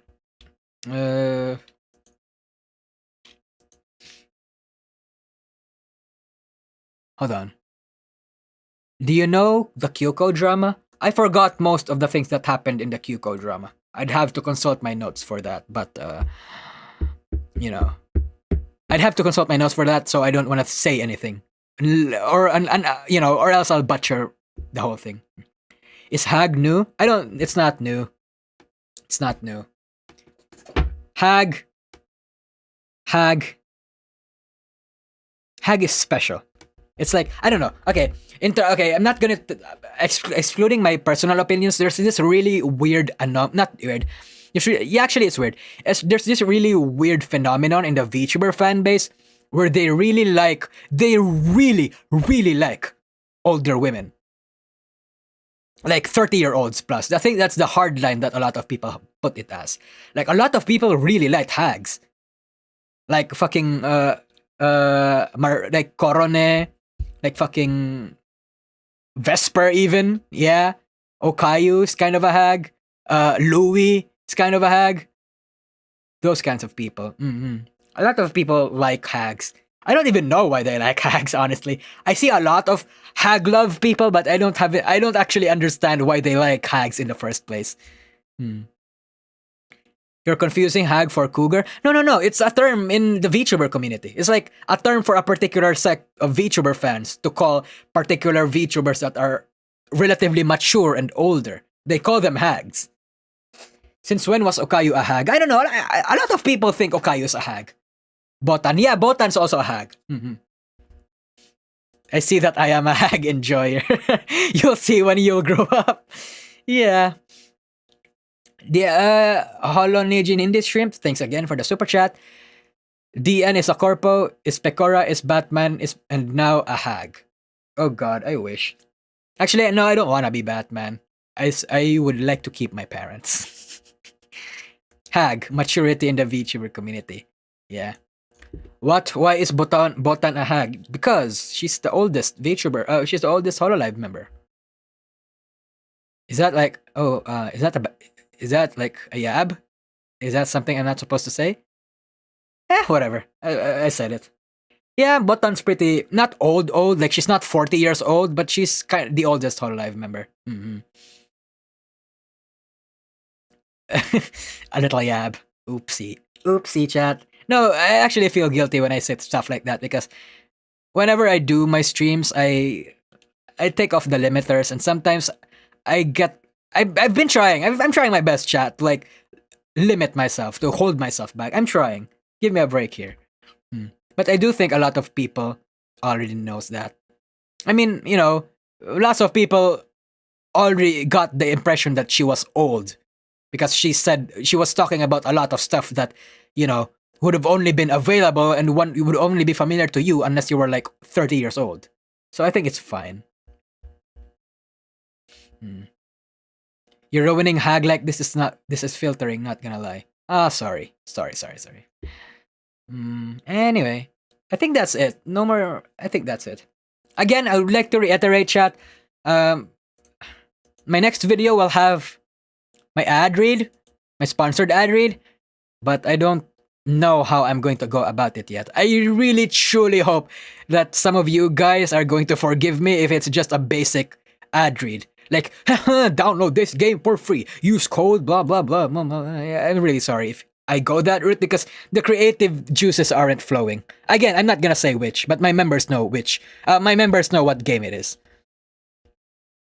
Thanks, Panopticon, for the super chat. Again, here's some straight facts. Nusagi is a hag, and Okayu is and an Okayu auntie. Also, a hag is the worst possible name for any VTuber who is older than 27. Yeah, I agree. Like, when I first heard of the term hag a couple like a year ago, I literally thought they were referring to ugly old women. It turns out being called a hag in the community is actually a good thing because it's a compliment. Mm-hmm. Rise of Kingdom. Relax, chat. It's not, it's not like the games that I'm actually playing, shilling, except for the Raid Shadow Legends one, are actually games that I've enjoyed in the past. Like if Genshin Impact, even though I don't play Genshin Impact right now anymore, if Genshin Impact comes and like, hey, you know what? Make a very influential video, sponsor us in your videos, and we'll give you $400, $500, $4,500, $4,000 and $5,000. I mean, and I actually fucking take it. I would take it. Is it Clash of Clans? Nope. Mm-hmm. It's not. It's a game that I've enjoyed in the past. I don't play it anymore, but it's a game I've enjoyed in the past. That's all you really have to know. Mm-hmm. But anyway, what I do hope though is that I actually get like, I actually get creative with it. I hope I recover because these days I've been feeling so tired, chat. Like I don't want to disclose in too much details about IRL stuff, but it's so fucking busy. I'm so fucking tired.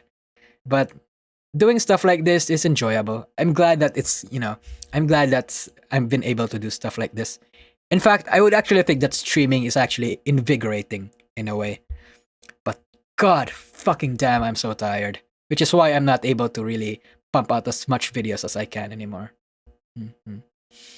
I am a hag hyperactive gachikoi. Hyperactive hachikoi. HAG. Mm-hmm.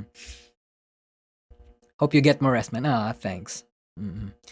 Anyway, I guess we're gonna end the stream here, chat. Thanks for the company. Also, I will actually do on that premise of my memes. I'm gonna share it on Twitter, but I think I'm gonna share an even bigger archive for my members because I feel like my members deserve it.